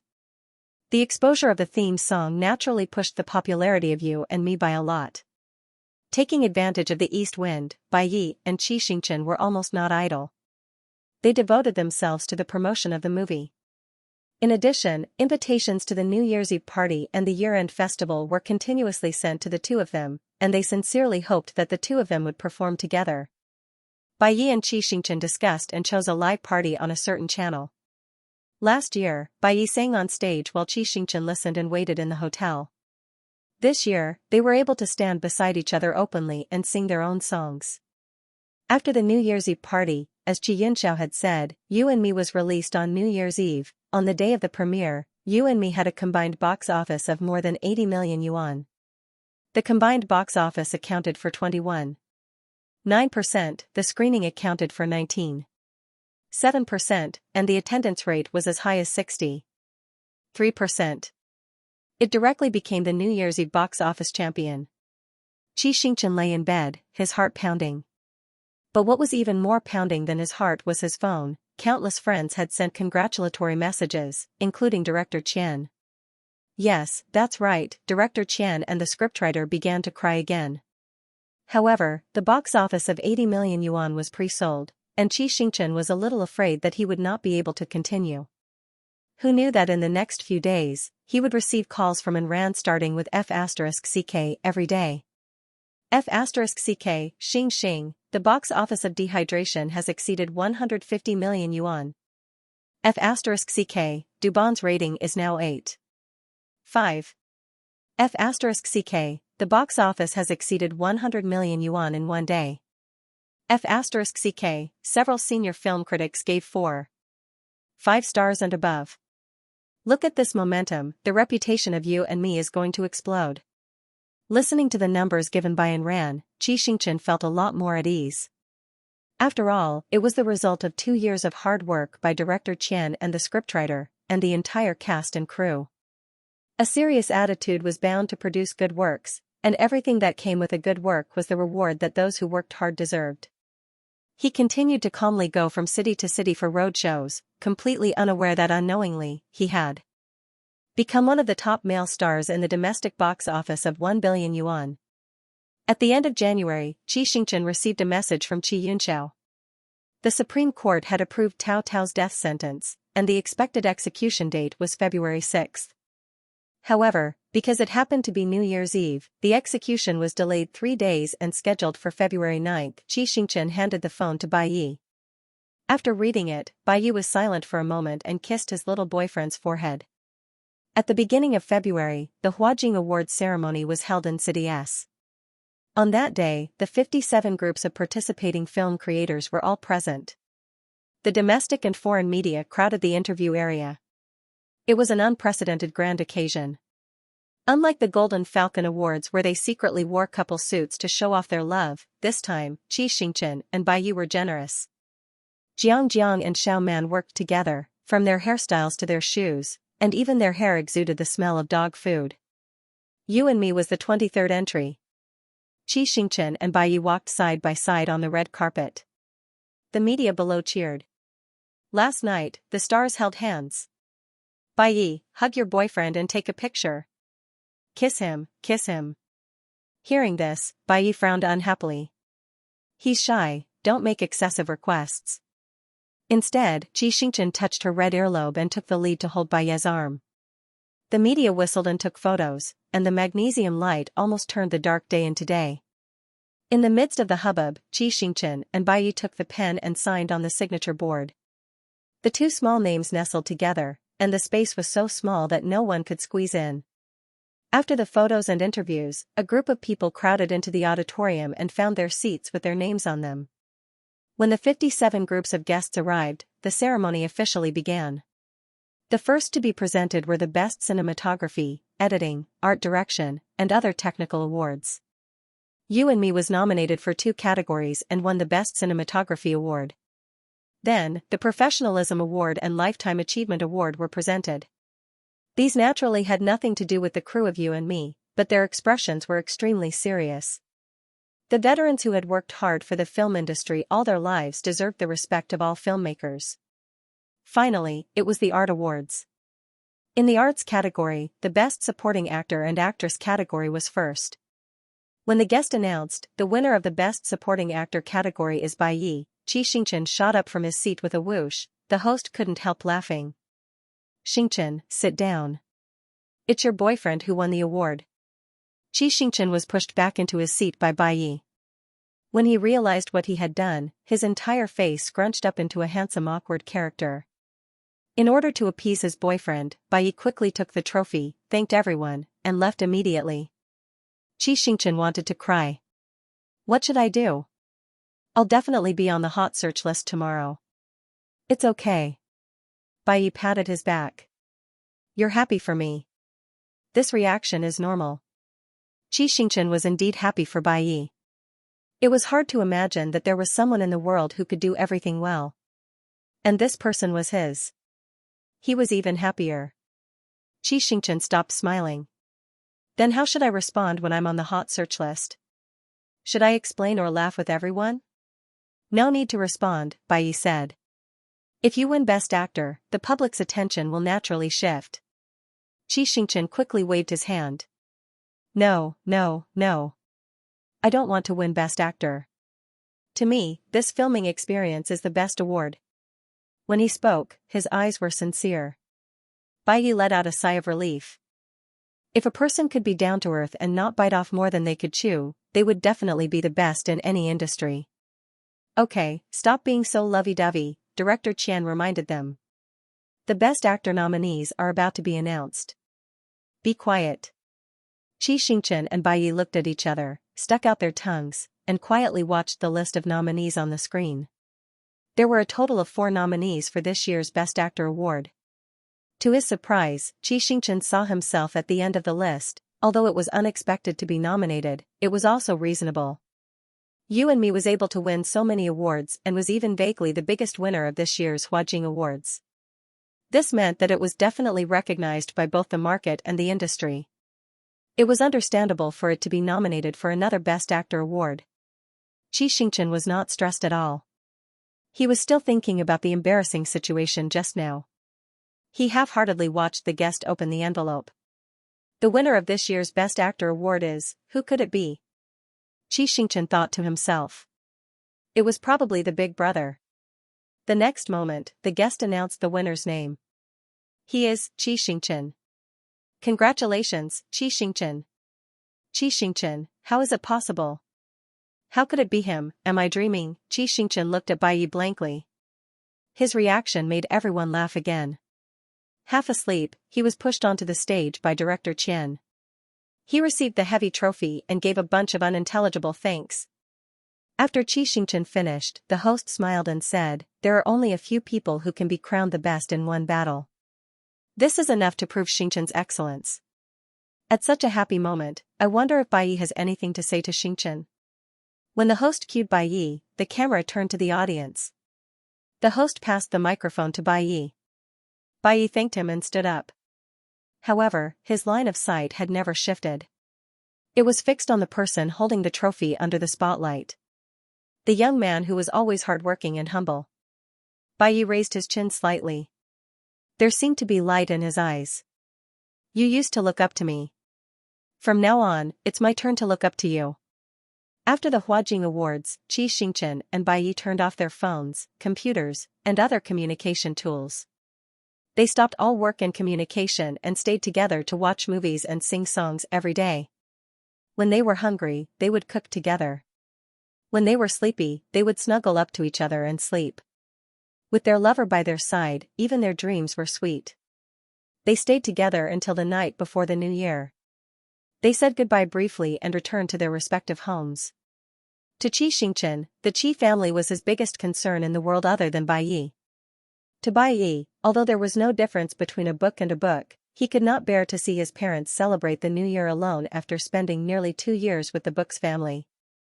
On the morning of New Year's Eve, Xianxia ran around the courtyard putting up Spring Festival couplets just like last year. After putting up the couplets, he took out the tea that Bai Yi had bought for Father Qi a few days ago from the box and carried the tea set into the study. Old Master Qi had 5 big red packets in front of him and was inscribing them one by one. He liked to write a few words on his children's red packets and not forget to encourage them when he gave them money. Seeing his youngest son come in, Father Qi put down his brush. "Are you done putting up the couplets?" "Yes." Xianxia set up the tea set. "Dad, have some tea." Because the Qi Corporation was busy and Xianxia had his own business, the father and son rarely spent time alone like this. Father Qi held the teacup and sipped slowly. Xianxia massaged his back and told him about the interesting things that had happened during this period. Father Qi laughed out loud. This was the joy of family. "By the way," Father Qi said, "have you scheduled your schedule after the New Year? When will you start?" Xianxia was silent for a moment and lied. "I'll go to Brother Ye's place on the 2nd day of the New Year. After that, I'll start working. When I'm not at home, you must take good care of yourself." "Don't worry, I'll take care." Father Qi patted his youngest son's hand on his shoulder. "I'm still waiting to see you guys start a family with my own eyes. I don't know how long Yunxiao and Yuji will have to wait. You should hurry up. When the time comes, Dad will definitely hold a grand wedding for you. I definitely won't let Xiao Bai regret marrying into our Qi family." After such a long time, his father still thought that Bai Yi was a weakling. Xianxia wanted to laugh and cry at the same time. In the end, he sweetly said, "Yes." Before they knew it, it was already noon. Xianxia couldn't bear to see his sister prepare the New Year's Eve dinner alone, so he hurried to the kitchen to help. Since the fire last year, too many things had happened in the Qi family. Fortunately, it was all in the past now.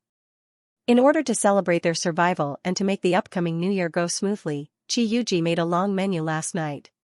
When Xianxia changed his clothes and entered the kitchen, he saw his sister rolling up her sleeves and sharpening the knife to slaughter the pigs and sheep. How could he let a girl do such a thing? Xianxia grabbed the knife. "I'll do it. Be careful. Don't cut your hand," Qi Yuji replied and muttered as she went to prepare other things.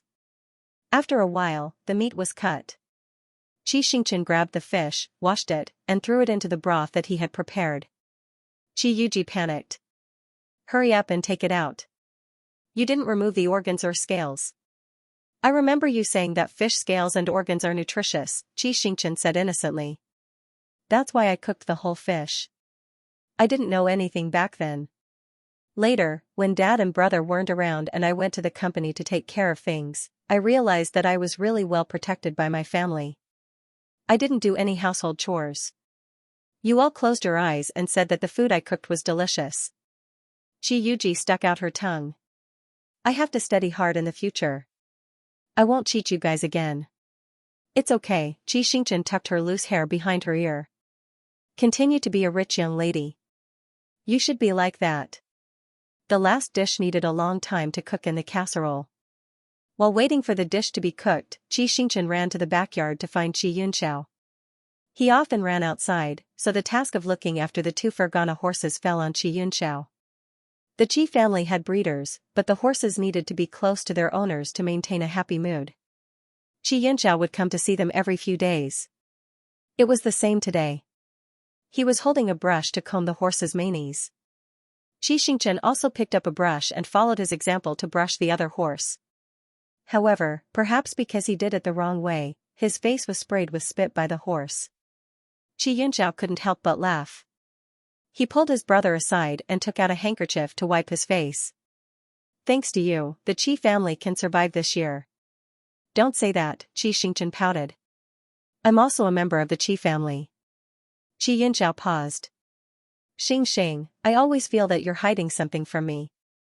I won't force you, but you have to remember that I'll always be your big brother. The Qi family will always be behind you. If you have something on your mind or feel wronged outside, come home. I can afford to raise you, okay? Okay, Xianxia took a deep breath and said solemnly, I understand. Thank you, brother. Perhaps because it was early in spring, this year's New Year's Eve was not as cold as previous years. After a busy day, all the dishes were finally ready. The Qi family changed into neat red clothes and sat around the dining table. Before they announced that dinner was ready, Aunt Zhang suddenly shouted, Young master, slow down. Xianxia was speechless. He knew who was coming. Xianxia was wearing a black motorcycle suit. He rushed into the dining room, threw his backpack on the stool, and squeezed to Xianxia's side. He got good results in the college entrance examination and successfully got into the university that Tao Xian and him agreed to go to. He had just finished military training this semester. His skin was darker than before, and his body was more muscular. He was already starting to look like a man. However, he didn't change his silly habits. He hugged Xianxia and shook him from side to side. Brother, where's brother? Why isn't he here? Xianxia didn't dodge and let him hug him. Brother went home for the new year. TSK, I wanted to ask him to play a few rounds of pesticide. Forget it. Xianxia chuckled. Next time, look for him or me. I'll take you. Okay, I'll look for you when I'm free. Stop fooling around. Let's eat. Xianxia reluctantly let go of him and then took on the responsibility of a younger generation. He poured soup for his brothers and sisters and poured wine for his uncle. Seeing his growth, everyone was very gratified and had a happy reunion dinner. Dumplings for the new year were indispensable. As a level 10 dumpling master, Xianxia taught Xianxia and Xianxia how to knead the dough as soon as the New Year's gala started. Halfway through, the electronic door showed that someone was coming. He could guess who it was. He wiped his hands clean and ran out. It was Liang Jing. Liang Jing handed the red wine to Xianxia. My dad gave it to uncle. I won't be going in. Help me say Happy New Year. Okay. Xianxia took it. After a moment of silence, he said, Liang Jing, I'm leaving. In Peaches of the Night, other than Tao Tao, only Liang Jing knew about Xianxia's true identity. Hearing this, Liang Jing's body stiffened. He wanted to ask, but swallowed the words back. He didn't dare to ask. He wasn't sure what the other party meant by leaving. Was he going out to work again, or was he leaving this space forever? Seeing that he didn't speak, Xianxia patted him on the shoulder. But it's a good thing that I'm leaving. You don't have to be sad because you missed the death of your childhood friend. Your luminous experience has always been there, so please help him grow into a better person, okay? Liang Jing lowered his eyes. After a long time, he looked up and smiled. Okay. I wish you a safe and smooth life in the future. When the clock struck 12, Xianxia received his big red packet. Father Qi gave him the inscription, "Brave the wind and waves, there will be a time." Like all fathers in the world, he hoped that his child would have a life of his own. After putting away the red packet and wishing his family a happy new year, Xianxia returned to his room. He sat in front of his desk and unfolded a pen and paper. Under the warm yellow light of the desk lamp, he wrote the first line. Xianxia, hello, I'm another you. When you receive this letter, you might be surprised or funny, but I guess you won't throw it away. What I'm about to say is related to your family. Your sister's boyfriend, Zhou Yu, is a scumbag. This is a fact that we all know. But on April 2, 1919, please don't get into a conflict with him. Fighting won't help. You can record a video of him bullying you and show it to your sister. Compared to teaching him a lesson, it's more important to help your sister get rid of this scumbag, right? You like Liang Jing. When you read this letter, you're still sad that he left without saying goodbye. But being sad won't help either. What you need to do is to see if you really love him or if you're just relying on him over the years. If you're sure that it's love, then you can use the time that he's gone to train yourself and make yourself a better person. When he comes back, let him see a glowing body of you. Maybe you've always thought that your little brother, Xianxia, is ignorant and incompetent, but he's not. He's a smart, kind, and loyal child like you. As his most trusted brother, you have the responsibility and obligation to guide him to a better future. He has a classmate named Tao Xian who is seriously ill. Please tell Jiaza to treat Tao Xian well and try to be friends with Tao Xian. Trust me, it won't be long before they give you a big surprise. Haha, finally, why am I so sure that you'll read this letter? Because I know that while your family loves you, you also love them deeply. You don't have to feel that you don't deserve their love. The same blood flows in your veins. No one can see the good in you better than them. You have to know that what you have is something that many people will never be able to get. So let go of your burdens and open your heart to embrace your family. Maybe you'll find another world. After saying so much, you're starting to think that I'm long-winded. Then I won't say any more. I'll give you my blessings from another dimension. I wish you happiness and love forever. The other you in this world. 2021, 2/7. On the morning of the first day of the new year, Xianxia went to the prison to see Tao Tao for the last time. After Peaches of the Night was rebooted, she was the only person with memories. Only by giving it to her could he ensure that the letter would be delivered to the original owner. After leaving the prison, he didn't go home. Instead, he asked the driver to drive him to the tattoo shop. The feeling of the needle piercing into the flesh was very painful, but from the beginning to the end, there was a smile on his lips. After winning the Best Actor award, Xianxia's phone kept ringing, but he didn't care at all. He spent another day with his family. In the early morning of the 28th, as if they had made an appointment, he and Bai Yi landed in City G at the same time, the coastal city where their home was. They had celebrated the 8th anniversary of Bai Yi's debut, the first anniversary of their meeting, and Bai Yi's birthday here. For them, the best memories were sealed here. If they had to choose a place to say goodbye, the sweetness left here should be enough to drive away the bitterness in their hearts. Tao Tao's execution time was 5 o'clock in the morning on the 9th of February. Bai Yi looked at his watch. It's 7 o'clock now. There are still 22 hours before we return to reality. What do you want to do? Let's have breakfast first. Xianxia held his hand. It's so tiring to catch the red-eye flight. I'm starving. Bai Yi touched his belly. It was really empty. He asked Aluan to find a breakfast shop. Breakfast shops were everywhere, but it was not easy to find a place that could accommodate the top celebrities and the best actor. In order not to waste time, Xianxia didn't care too much. He pointed at a random shop. He had just had his tattoo done, so he couldn't eat spicy food. However, Bai Yi didn't choose spicy food either.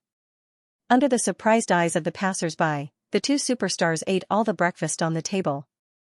With food in his stomach, Xianxia's mind became active. He shook Bai Yi's arm and said, "We've been together for so long. Every time we go to the cinema, it's either for activities or for roadshows. We haven't seen a normal movie yet. Let's go to a movie." "Let me see." Bai opened the ticketing software. The next one is in 40 minutes. It's a romance movie. That's it. Xianxia made the decision. Anyway, he didn't really want to watch a movie. He just wanted to do something with Bai that they hadn't done before. Bai understood his thoughts. He bought the tickets for the last row and turned on the navigation system to ask Aluan to go to the cinema. Snacks were indispensable when watching a movie. Bai had never been in a relationship before, but he had seen pigs run before. After exchanging the tickets in the cinema, Bai said, "Wait for me here. Don't wander around." Xianxia didn't know what he was going to do. He nodded and leaned against the railing to play with Aluan. He was wearing a mask and hat. It was difficult to recognize him if he lowered his head. After a while, Bai came back with a big bucket of popcorn, 2 ice creams, and 2 cups of milk tea. Aluan first calculated the calories in his heart. Then, he realized something and asked, "Boss, where's mine?"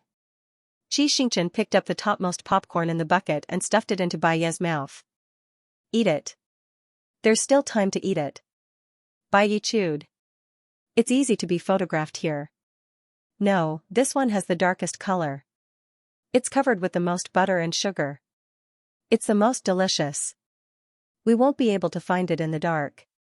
After being together for so long, his little boyfriend had always insisted on giving him the best things. Bai's heart trembled. He pulled down his mask and gave Xianxia a popcorn-flavored kiss. Aluan was anxious.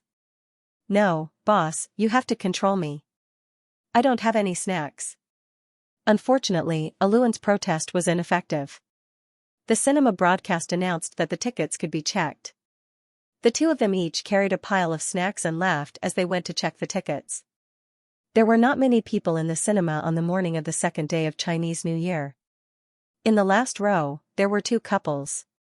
Bai found that his girlfriends were leaning on their boyfriend's shoulders and crying. He reached out and pressed Xianxia's head. He did not press it down. Instead, he was bitten. However, under the stool, the two of them held each other's hands even tighter. When the movie ended, Aluan finally got to eat snacks. Bai threw the remaining half bucket of popcorn to him and went straight to the claw machine with his little boyfriend. Next to the cinema was an arcade. Facing a row of claw machines, Xianxia was about to go crazy. He looked forward to it and said, "Brother Yi, can you do it?" Bai raised his eyebrows. "Men can't say no. Let me catch one of each kind for you." "How are you going to catch them?" "I have this." Bai took out 2 big bags of coins from behind him and snapped his fingers proudly. He perfectly explained what it meant to make up for the lack of skills with money. He poured the 2 bags of coins into his mouth. As he said, he caught one of each kind of claw machine. There were so many claw machines that there was no place to put them. Xianxia had a few in his pocket, a few on his waist, and a lot in his hands. The girls passing by could not help but stop to take pictures. Seeing that one of the girls was pretty, Aluan smacked his lips. "Xianxia, you can't finish playing them anyway. Give her one." Xianxia's head was covered by the oversized claw machine. It was difficult for him to speak. "No. Bai, you can catch one yourself." "Aluan. Woo woo woo woo." However, after crying, Aluan still had to listen to the boss's instructions and head to the next location. He ran to countless places in one day. He was getting more and more confused. Why did the boss act like it was the end of the world? He played almost everything that could be played. Unfortunately, he could not get an answer. The 2 people who had just finished eating skewers at the seaside food stall left him heartlessly. They held hands and returned to the small villa in their own world. After entering the house, they were not in a hurry to take a shower. They lay on the bed side by side. It was so comfortable that every pore on their body was screaming. Xianxia patted his round belly. "Brother Yi, what did we do today? Watch a movie, catch claw machines, play video games, go on the merry-go-round, go to a haunted house, ride a roller coaster, have a barbecue at the beach. Oh, we even played for 20 minutes. We played so much." Xianxia counted with his fingers. "Brother Yi, what time is it now?" Bai looked at his watch. It's almost midnight. Hearing the time, the two of them fell silent for a few seconds. Then, Xianxia tugged at Bai Ye's sleeve. Brother Yi, go take a shower. Let's do it together. We only have one thing left to do as a couple. Bai Yi knew what he was referring to. He got up and carried him to the bathroom. For the whole day, neither of them mentioned the memory reset. It was as if the sun would rise as usual. It was also as if they would see each other's faces when they opened their eyes tomorrow. However, they both knew in their hearts how heavy the word tomorrow was. It represented a new life. It also represented forgetting. Bai Yi pressed Xianxia against the wall. The two of them kissed crazily. They kissed until the last bit of oxygen was squeezed out of each other. They kissed until it was as if they wanted to imprint their lover into their bodies. The space gradually became hot. Bai Ye's hand reached into Xianxia's t-shirt. When he slid his hand up to his chest, his fingertips touched a feeling that was the opposite of delicate. What is this? He frowned and lifted the t-shirt. Then, he saw a moon-shaped tattoo on his little boyfriend's left chest. Xianxia knew that he would definitely see it. Blushing, he explained, the tattoo can pierce the flesh and leave the image in the body forever. Brother Yi, I want to remember you in this way. Bai Ye's fingertips stroked the image. He suddenly smiled. What a coincidence. I want to remember you in this way too. Bai Yi took off his shirt. His left chest was at the same position. There was a dazzling tattoo of Xing. The passion lasted for a long time. When they came out of the bathroom, the sky was already bright. Xianxia leaned on Bai Ye's shoulder and listened to his heartbeat. Bai Yi touched his lover's soft hair and asked in a low voice, You finally got the Best Actor award, but you have to leave. Isn't it a pity? It's not a pity. Xianxia's voice was soft. If I didn't transmigrate, I might not have experienced the feeling of being loved by my family, adored by my fans, and given the highest honor in my life. I'm already very, very content to have such an experience. I'm not greedy. What about after you go back? Do you want to find your biological parents? No, Xianxia said straightforwardly. If they take the initiative to find me, I will fulfill my responsibility as a child. But if they don't find me, I won't disturb their lives. I'm used to being alone. Bai Ye's heart was being pulled, and it hurt a little. He didn't want to talk about unhappy things anymore. He pinched the back of Xianxia's neck and said, Tell me the truth. When we first met, were you afraid when I hit you with the script? Actually, I didn't feel anything. At that time, I was dizzy and my mind was full of why is my idol here? I wasn't in the mood to be afraid at all. Why didn't you buy me coffee at the airport? You're still thinking about it. I seem to have counted the wrong number of people and forgot to include you. During the bicycle race, I actually arrived 5 minutes earlier than you. You didn't know, did you? I was already fast enough, but you were faster than me. Are you a monster? Xianxia paused. Then did you know that after you exchanged the ring for ice cream for me, I ordered another ring according to your finger size? Xianxia took a deep breath. At that time, we weren't familiar with each other. I was afraid that you wouldn't like it, so I didn't dare to take it out. Later, we got together. I wanted to wait for the best diamond in my mine, and after I finished inlaying it. You've said so much. Bai Yi interrupted him. Where's the ring? Xianxia was slightly ashamed. It's at home. I didn't bring it. Bai Yi flicked his forehead hard and said shamelessly, You owe me. When we return to reality, you have to compensate me with a ring. Okay. Xianxia covered his forehead with tears in his eyes. Then he yawned. Is it because you flicked me too hard? I'm suddenly so sleepy. It wasn't because he flicked him too hard, it was because, it was almost 5 o'clock. No one wanted to face departure with a clear mind. Just like countless nights before, Bai Yi pulled him into his arms. Sleep if you're sleepy, baby. Xianxia also realized something. He tried to open his eyes, but his eyelids were getting heavier and heavier. Before he closed his eyes, he murmured, Good night, hubby. Calling the nurse of the 2nd Department of External Medicine. Calling the nurse of the 2nd Department of External Medicine. There's a patient who needs to change his dressing. There's a patient who needs to change his dressing. Hey, kid, don't you look where you're going? My left leg has just been put in a cast. If you hurt it, I'll call your parents. Uncle, I'll just give you an 4 drip. No muscle injection. You don't have to cry. Beep, beep, beep. Who was talking? Xianxia furrowed his brows and reluctantly opened his eyes as the clamor rushed into his ears. He sat up and looked around. Next to him were men, women, and children in blue and white striped clothes. On the innermost bed, a man in a white coat was looking at the infusion bottle and writing something in the notebook in his hand. Oh, he was in the hospital. But why was he in the hospital? He should be on the way to Baiye's concert. His mind was in a mess. Xianxia shook his head hard and shook it again. Gradually, the scene of a car driving over appeared in front of him. Yes, I remember now. On the way to the concert, he received a call from the station sister. When he learned that Baiye had fallen off the stage, he panicked.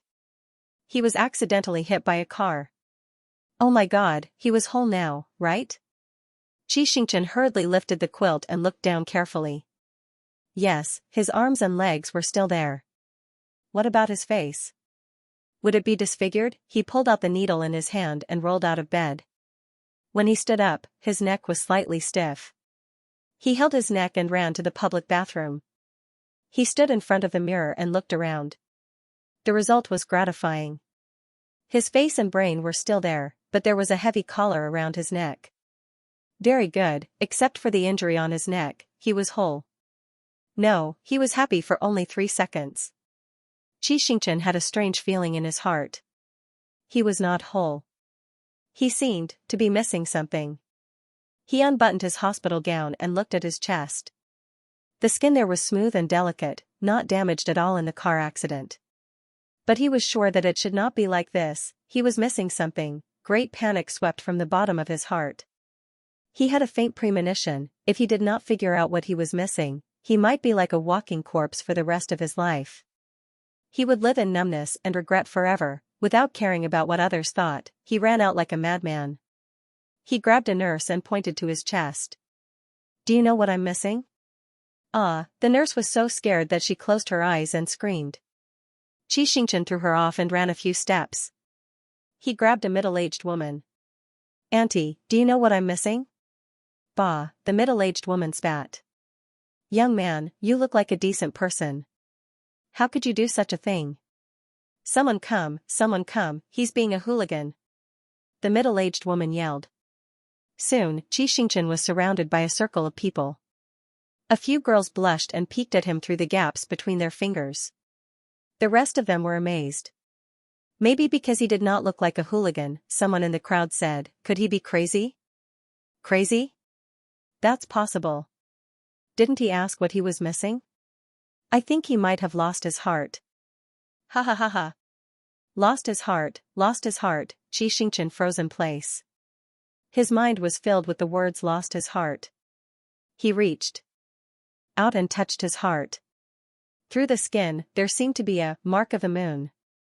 The moon, he muttered absent-mindedly. At a certain moment, countless memory fragments whizzed past. The practice room, the airport, the crowded streets of Denmark. The ocean world, the studio, the noisy backstage of the program. The dressing room, the hotel, the 2-story villa by the sea. The stage, the recording studio, and the moon tattoo on his chest. He did not lose his heart. He almost lost something more important than his heart. His boyfriend, his lover, his Baiye. Like a drowning man who finally grasped a life-saving straw, he breathed heavily and stumbled to a girl. Where is Baiye? The girl took a step back in shock. He asked the nurse, where is Baiye? He's injured too. Where is he? You mean, the singer, Baiye? The nurse stuttered and pointed upstairs. He's in the VIP room. He's here too, Xianxia squeezed out of the crowd. He did not have time to find the elevator. He ran into the corridor, at the same time, in the VIP room on the top floor. Baiye rushed out of the door and slapped Aluan awake. Go and check on a boy named Xianxia. He's my fan from the biology department of a local university. He just got into a car accident on the way to my concert. Aluan's back was burning from the slap. He gritted his teeth. Boss, why are you looking for this person?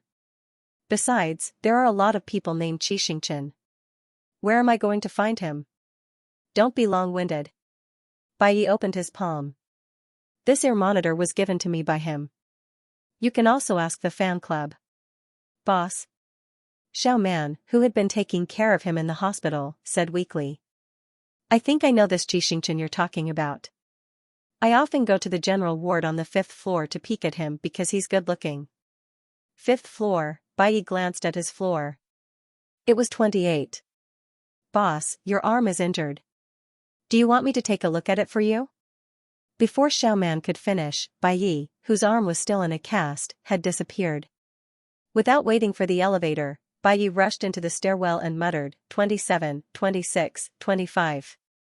With his neck injured, Xianxia could not run with much strength. He gritted his teeth and rushed up. 7, 8, 9, this hospital was very high. The stairs seemed to be 2 more steps than those in normal hospitals. Bai continued, 19, 18, 17, just a little longer. Just a little longer and he would see Bai. Xianxia wiped the sweat off his forehead, 11, 12, 13, the distance gradually shortened. The corridor was filled with the sound of hurried footsteps and heavy breathing. Huff. Huff. Huff. On the 15th step, Xianxia rubbed the sweat in his eyes and was about to continue climbing. He looked up and saw another person in a blue and white striped hospital gown with a cast on his arm. That person's eyebrows and eyes were the same as before. He had a sharp face. His jawline was narrow and sharp. His shoulders were wide, his waist was thin, and his legs were long. His whole person exuded a strong offensive power. That was the light he had looked up to for 8 years. Time stood still at this moment. They met for the second time after a long separation. After a long time, Bai reached out to him. You owe me a ring. It's time to return it. Yes. Xianxia tilted his head, tears welling up in his eyes. I'll return it. Love imprinted in the depths of one's soul could change the trajectory of everything, including memories. Xing, who was lost in the abyss, finally returned to his night sky. Oh my God, he's so handsome. Hee, I didn't lie to you. Why didn't I listen to you and come earlier? It's not your fault, I didn't believe that there was such a handsome teacher in our school. Students in the second last row, Xianxia couldn't stand being stared at, so he pointed at the projector and said, there's no exam point on my face, look at the textbook. As soon as he said that, the girls in the second last row all lowered their heads. Xianxia was speechless. He only wanted to remind the 2 girls on the far left. In fact, it wasn't just the second last row. 70% of the 200 students in the lecture hall didn't really come to class, and there were even some faces that Xianxia had never seen before. They were all here to see the handsome guy. After transmigrating out of the book, Xianxia successfully graduated, and because he assisted his supervisor in completing scientific research, he was given the opportunity to stay at the school to teach. This was his 4th class this semester. From the first class with only 40 to 50 people, it grew to the point where the lecture hall was full and there were a bunch of people standing outside. It only took half a month. Because Xianxia's identity in the real world was different from the one in the book, he used to be an ordinary student, and now he was an ordinary university teacher. In order not to cause trouble for Xianxia's life, and to not cause trouble for the school, they chose not to disclose their relationship. At the same time, Bai terminated his contract with his former employer after the expiration of his contract, set up his own studio, signed a few singers and actors, and gradually moved his work behind the scenes. Other than releasing albums and concerts, he rarely participated in commercial performances or variety shows, and he spent more time at home. Xianxia originally thought that when he returned, he would receive the script of big star working hard all day, boyfriend outside the circle staying alone in an empty room, washing his face with tears. He didn't expect that he would receive the script of boyfriend outside the circle working hard all day, washing his face with tears. If there was no class the next day, he would often cry until midnight. Thinking about it, Xianxia's back hurt. After being reminded by him, the girls finally stopped looking at him. They changed from looking at him openly to looking at him sneakily. Xianxia couldn't say anything else, so he braced himself and continued. After the lecture, he had already been stared at like a sieve. Moreover, there were a few girls who didn't let him go even after class. They followed him out of the school and asked him, "Teacher Chi, how old are you?" 24, wow, he's only 24 years old. He's definitely not married, right? Yes, I'm not married. Do you have a girlfriend? I don't have a girlfriend. Xianxia paused. But I have a boyfriend. The girls who were about to cheer, however, they still did not give up. In fact, it was not that they liked Xianxia that much. It was just that they could not resist his beauty. Teacher Chi, the girls asked curiously, what does your boyfriend do? Xianxia lied casually. He's a doctor. Doctor? Wouldn't it be more strict and boring? It's okay. Xianxia smacked his lips. Just as he was about to say that sometimes it was very strict, then, he heard a beep from the side. Bai Yi had arrived at some point. His car was parked less than a meter away from him. In Peaches of the Night, Xianxia didn't think that Bai Yi had many cars. The main reason was that no matter how many cars he had, it was impossible for him to have more than the Qi family. When he returned to the real world and saw Bai Yi's garage, he suddenly felt that his boyfriend was too prodigal. In fact, it was understandable. In order not to be followed by reporters, Bai Yi had to change cars often. There were too many people in the school and it was not safe. Xianxia waved his hand and said, "Let's talk later. My boyfriend is here." After saying that, he hurriedly got into the car. The girls, have you seen a doctor who drives a Mulsanne? Maybe his family is rich. Afraid of being discovered by passers-by, Bai Yi basically had a Luan drive when he went out. Xianxia sat in the back seat and suddenly felt a chill on his arm. He turned his head and saw a cup of milk tea beside him. 2 portions of herbs and 2 portions of pearls. Xianxia happily picked it up and inhaled it. Thank you, Brother Yi. Bai Yi glanced at him and didn't say anything. Xianxia felt that his boyfriend's expression was a little strange. He leaned over and rubbed his cheek with the tip of his nose. This is really good. How long did you queue to buy it?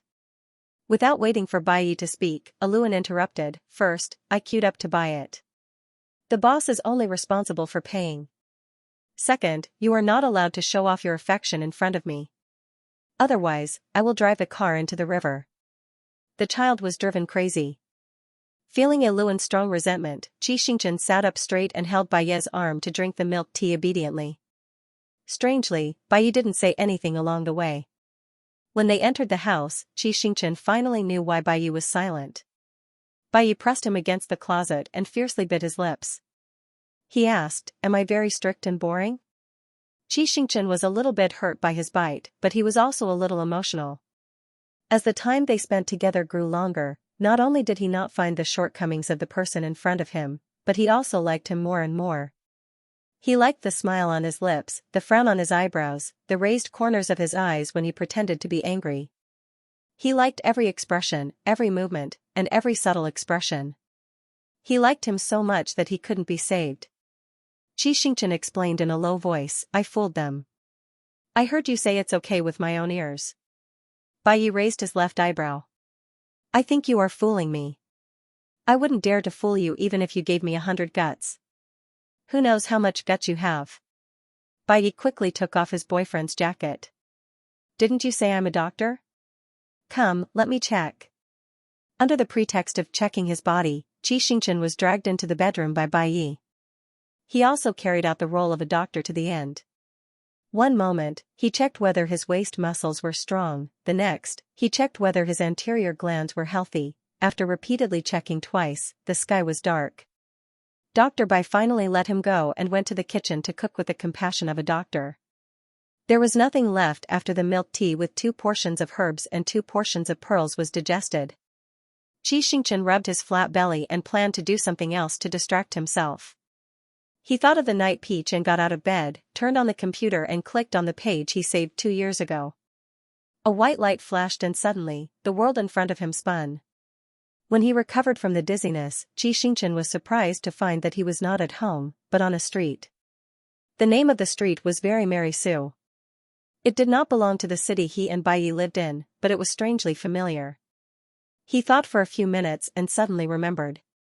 Wasn't this the name of the street of the Night Peach? He couldn't have transmigrated again, right? He looked around carefully. The space connected to the street sign was very vague and could not be seen clearly with the naked eye.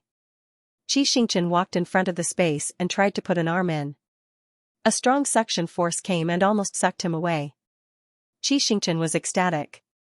He seemed to have found a medium that could allow him to travel between reality and the Night Peach.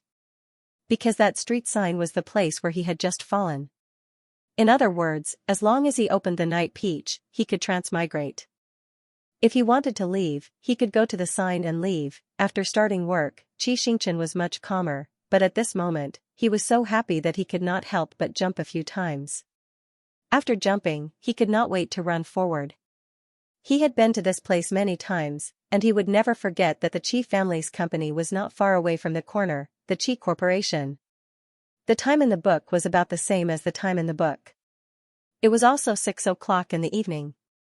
Ignoring the gazes of passers-by, Xianxia ran all the way. Sure enough, after turning the corner, a skyscraper came into view. The Qi Corporation must have been renovated. The whole building looked more modern and grand than before. At this time, most of the lights were off, and only a few offices on the top floor were on. After more than 2 years, the longing for his family swept over him like a tidal wave. Xianxia rubbed his sour nose, took out a mask, put on his sunglasses, and rushed into the Qi Corporation, walking toward the elevator shaft with ease. The security guard on duty quickly stood up and stopped him. "Sir, I'm sorry, we're off work." Xianxia was about to say, "Look at who I am." Then he remembered that in reality, he looked a little different from the original Xianxia. His facial features were similar, but he was taller and had a firmer outline. He could be sure that at this moment, he was himself and not borrowing the body of the original Xianxia. The traces left by the affair on his arm were still there, and it happened to help him identify his own state. Since his appearance was different, he could not pretend to be the original Xianxia. Xianxia could only try his best to suppress his impulse and explain nicely, "Hello, I'm looking for Qi Yunxiao." "You're looking for Chairman Qi?" "Chairman Qi has already gotten off work and gone home." Chairman Qi, in Xianxia's impression, Grandpa Qi was Chairman Qi, and his elder brother was President Qi. Could it be that there was something wrong with his father's health? Xianxia grabbed the security guard's arm. "Where's Qi Xiaoming?" "Are you talking about old Chairman Qi?" "Old Chairman Qi transferred most of his business to Chairman Qi and doesn't come much. Then his body, he's in great health. He came to inspect the work the day before yesterday and even praised me for doing a good job, hee." Hearing that his father was healthy, Xianxia heaved a sigh of relief.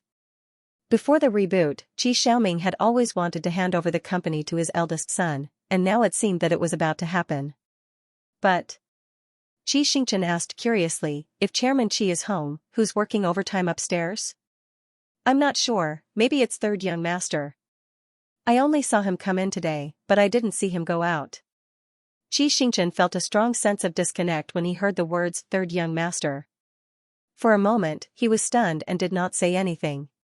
"Hey, speak of the devil, the third young master is coming down." Xianxia woke up abruptly and looked in the direction of the security guard's gaze. He saw a familiar young man coming down from the elevator. His ash-gray suit jacket was casually draped over his arm, and his white shirt and trousers were neat and tidy. His expression was gentle. As if he felt that someone was looking at him, he turned his gaze over. The security guard thought that the young master was looking at him and quickly stood up straight. Afraid that he would be discovered, Xianxia immediately lowered his head and pretended to play with his phone. A minute later, he saw the pair of men's leather shoes standing in front of him. The owner of the leather shoes widened his eyes, and his voice trembled. "Are you, another me?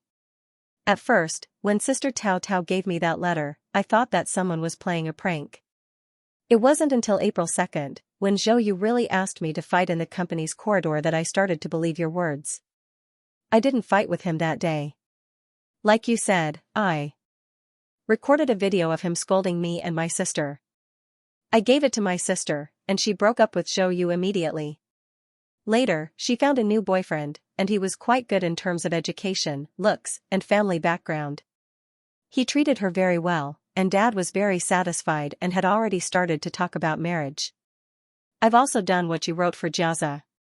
It's really amazing. After knowing Tao Xian, such a hot-tempered kid was actually willing to follow Tao Xian for tutoring every day. Last year, when Tao Xian had a kidney transplant, Xianxia even accompanied him in bed for a few days, and Sister Tao Tao was annoyed. But the results of the surgery were very good. Not long after he was discharged, the two of them took the college entrance exam together. They both went to the capital for the exam and just came back during the winter break. Dad is in good health, especially after handing the company over to Big Brother. He has nothing to do, so he drinks tea every day, practices calligraphy, and cultivates his body and mind. Big Brother's work is naturally much busier than before, and he has even less time to date. Sigh, I don't know when I can bring back a sister-in-law. The original owner's eyes were melancholy, and it seemed that he was really worried about his big brother's marriage. Xianxia couldn't help but laugh. After saying so much, what about you? Me, the original owner blinked and lowered his eyes. After a moment, he said in a low voice, I'm not with Liang Jing. I've reflected on my feelings for Liang Jing, and it's undeniable that I rely on him, but more than that, I like him. I'm sure that I like him. I've tried to polish myself and become better before getting close to him. But he seems to be hiding something in his heart, or someone. After rejecting me, he went abroad. I heard from Uncle Liang that he's going to settle down there and never come back. But I don't regret it. The original owner took a deep breath. I've tried my best, and I don't regret it even if I can't. And I'm living a good life now, you see. The original owner shook his shirt. Is this outfit okay? Very handsome. Xianxia asked, you went back to your family's company? Yes, back then, I signed Noah because I wanted to throw a tantrum with my family. Later, I realized that my family really loved me, so I terminated my contract with Nuya. Singing, dancing, and acting are boring, and there's nothing interesting about finance at all. I'm applying for Big Brother school now. If I can get it and finish my studies, I might be able to help Big Brother. Xianxia's heart swelled, and he was happy for him. Congratulations, you found your way. They chatted like two old friends, and the car arrived at the gate of the Qi family's house. Xianxia looked at him deeply and put on his mask and sunglasses again. Okay, you go in. I'll go first, and I'll come to see you when I have the chance. Why are you leaving? The original owner didn't understand. We're already at the door, come in and sit. Xianxia refused without hesitation. No, we look too similar. It won't be good if we scare Dad, or your family. No, they won't. Let's go. And my home is your home. Come on. With that, the original owner grabbed Xianxia's arm. Originally, Xianxia was stronger than the original owner, but he didn't have any food in his stomach, so the original owner really pulled him into the yard. With every step closer to the villa, he felt more and more uneasy. At this moment, he clearly understood what it meant to be homesick until the original owner pushed him into the living room door. The lights were shining, and it was the evening news. Father Qi Yunxiao, Qi Yuji, Qi Jiaza, and Tao Xian were sitting on the sofa, eating fruit and discussing the facts. Hearing the noise, they knew that the third young master was back, and they all turned to the door. The moment their eyes landed on the young man wearing sunglasses, they suddenly felt that the empty space in their hearts had been filled, and they didn't know when it had been filled. It was like a circle that was missing a corner. After searching, and searching, they finally found the missing part. This life was finally complete. Yao Yao 123, Guang Guang. Yao Yao 123, are you there? Are you there? Yao Yao 123, come out quickly. Xianxia finished showering and was just about to go to bed when he heard his QQ desperately shouting. He could only pick up his phone and lean against the headboard. Xingguang in the night sky, speak. Yao Yao 123, damn, my tickets are being sold again. Are you coming or not? Xingguang in the night sky, where are you? Xiaoyao 123, inside, 5th row, absolutely beautiful. Xiaoyao 123 was the sister Xianxia knew, the one who called him 3 years ago and caused him to accidentally get into a car accident. Because she was familiar with the official fan club, every time Bai Yi held a concert or released tickets for a variety show, Xiaoyao would organize a group purchase for the fans. She didn't make money from it, and the price was even lower than the normal ticket price. She did this to support Bai Yi and benefit her own fans while she was at it. In the end, she had been sold time and time again. In other words, she had verbally agreed to participate in the group purchase, but in the end, she didn't buy the tickets. It was easy to imagine how angry Xiaoyao was. However, Bai Yi didn't have to worry about selling tickets because every ticket was sold out in seconds. There were messages asking for tickets everywhere on Weibo and her circle of friends. She could sell them at any time. It was just that she didn't like to sell to fans who weren't her fans. First, outsiders might not necessarily cooperate with her fans. Second, she never sold tickets at a high price. If she sold to someone else at the original price and they sold to other fans at a high price, it would go against her original intention of doing group purchases. Therefore, she would first ask her acquaintances. Hearing about the 5th row, Xianxia was a little moved. This year was Bai Yi's 10th anniversary concert. He originally planned to go, but because there was no local venue, Bai Yi was afraid that he would be too torturous, so he advised him to leave. And the 5th row was a position where he could clearly see the stage and wouldn't be easily discovered by Bai Yi. Xianxia made a choice between listening to my boyfriend and looking at my idol for 2 seconds before he said with difficulty, "How much?" "I'll transfer it to you." Xiaoyao 123, no rush. Let's talk about it when we meet. They had chased after celebrities for 10 years. Although they had only seen each other a few times during concerts, Xiaoyao and Xianxia were already very familiar friends and trusted each other. Xianxia didn't believe that Xiaoyao would lie to him, and Xiaoyao wasn't afraid that Xianxia would go back on his word. This might be the charm of chasing after celebrities. It could make strangers from all over the world chase after a common light and become good friends who could talk about anything. On the day of the concert, Xianxia got up early to catch the high-speed train. It happened to be noon when he arrived at the venue. He called Xiaoyao and asked her to have lunch together. When they met at the appointed restaurant, Xiaoyao's first words were, "Damn, you're dressed so casually." Xianxia lowered his head and looked at his t-shirt and jeans. "It's okay. It's more comfortable to wear something loose. But I have to see my husband today." Xiaoyao curled her lips. "It's okay." Xianxia lied without blushing. "That's your husband." "I never call him that." In these 10 years, whether it was in private communication, Weibo, or QQ, Xianxia had always called Bai Yi brother Yi. It was too strange for a male fan to call someone husband. "Okay." Xiaoyao's tone was very reluctant. "You're handsome. Everything you say is right." Xiaoyao Station started to send out support supplies at 2 in the afternoon. The two didn't dare to delay for too long and ate a simple Cantonese meal. At 1:30, a few girls came over to help. As a friend and a member of the station, Xianxia naturally picked up the box containing the banners and signboards. "Put it down." Xiaoyao suddenly roared. "Xianxia, question mark. You're a little immortal man. How can you carry such heavy things? Let us do this dirty work." Xianxia, Xiaoyao was very strange today. But Xianxia still picked it up. Reasonably speaking, he couldn't bear to see a girl tired. At 2 in the afternoon, all the stations and support groups distributed support supplies according to the positions they had occupied in advance. Xiaoyao was more like Buddha. Her position was at the edge and was very remote. When a large number of fans came over, Xiaoyao's station had the most people. She had no choice but to yell at the top of her lungs, "Those who have received the support package, leave quickly. Don't stand in front of the booth looking at handsome guys. The staff member's turn is the staff member's turn. You can't specify handsome guys to distribute. We don't provide group photo service, we don't provide group photo service, we don't provide group photo service." Important things must be repeated 3 times. Hiss. Didn't you guys get it once? Why are you back in line again? With Xianxia as their living signboard, it didn't take long for them to finish distributing the support supplies.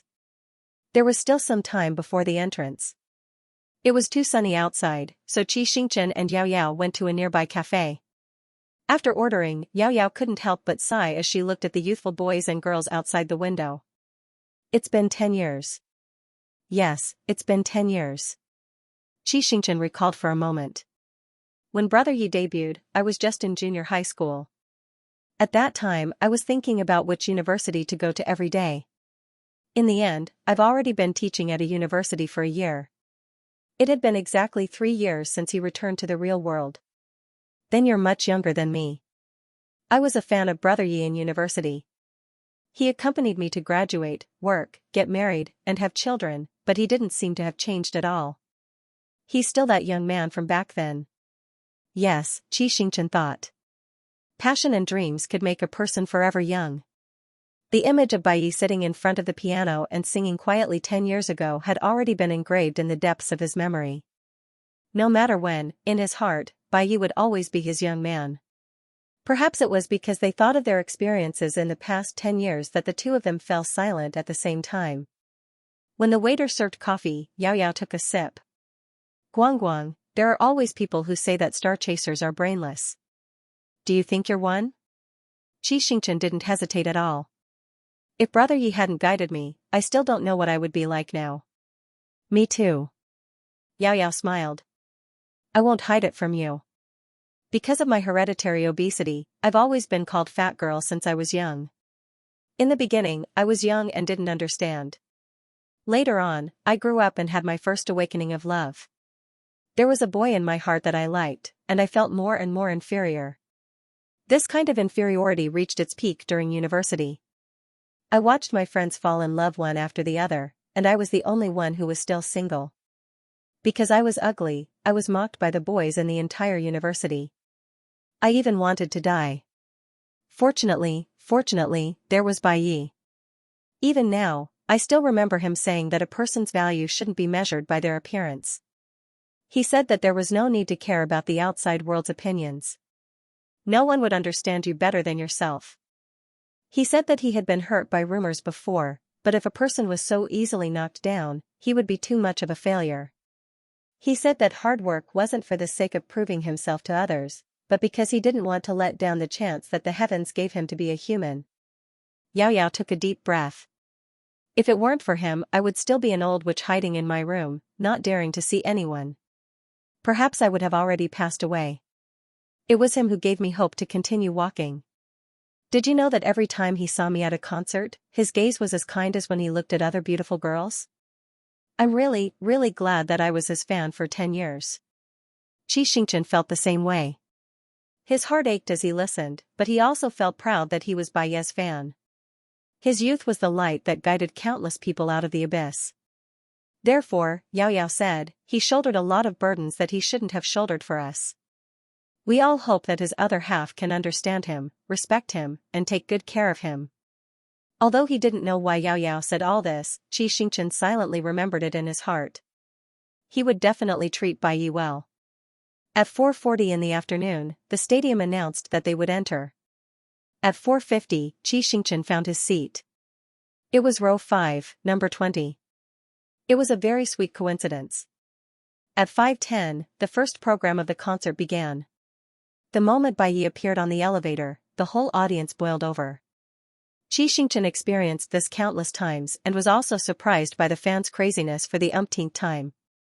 The scale of the 10th anniversary concert was larger than the previous ones. The theme was naturally to look back and think about the future. The song list followed the order of the album's release, starting from the second album. During the dance music, everyone swung their arms along with Bai Yi's dance. They were extremely high. During the slow songs, everyone sang along quietly. The songs they sang were also about the 10 years of youth that had gone from ignorance to maturity. Bai Yi's concert had always had few interactive sessions. The songs were arranged to a full capacity, and 3 hours passed very quickly. After the digital single released at the end of last year was finished, the stage suddenly darkened. The fans thought it was going to end and shouted in unison, "Encore, encore, encore." Xianxia was not satisfied. He also raised his light stick and shouted encore with everyone. About 3 minutes later, the stage lit up again. There were no props or dancers. The light simply hit Bai Yi in the center of the stage. He was wearing a white suit and in front of him was an old white piano. The moment they saw this scene, almost all the fans' eyes turned red. This was Bai Yi's first album style. 10 years ago, he looked like this when they saw him in the video store, in the snack bar, and on TV. At that time, no one knew how long he would be active in the music industry, nor did they know what his future path would be. And now, they were reunited on this wide stage in the 10,000-seat stadium. Bai Yi's low and magnetic voice came from the loudspeaker. The next song is my debut song. Everyone should be familiar with it. I want to give it to all of you who have always supported me. I also want to give it to someone who is here today, someone who is very important to me. The camera cut to a close-up of his upper body. Bai Yi slowly played the piano keys with a smile on his face. He is my fan. We met because of a beautiful accident. We went through a lot together. There were laughter and tears. We even almost forgot about each other. Fortunately, we survived. From then on, he formed the most important part of my life, my happiness, anger, sorrow, and joy. I love him. He is a gift from God. In the past 10 years, he has been trying to get closer to me. Now, it's my turn to take the initiative. Mr. Xianxia in row 5, seat 20, Bai Yi looked sideways. Are you willing to marry me, form a family with me, spend the second 10 years with me, the 10th 10 years with me, and never be separated? Are you willing to marry me, form a family with me, spend the second 10 years with me, the 10th 10 years with me, and never be separated? The camera cut to row 5. The person in seat 20 was already sobbing. End of chapter 139. Don't forget to subscribe, like, and share the video to support the channel.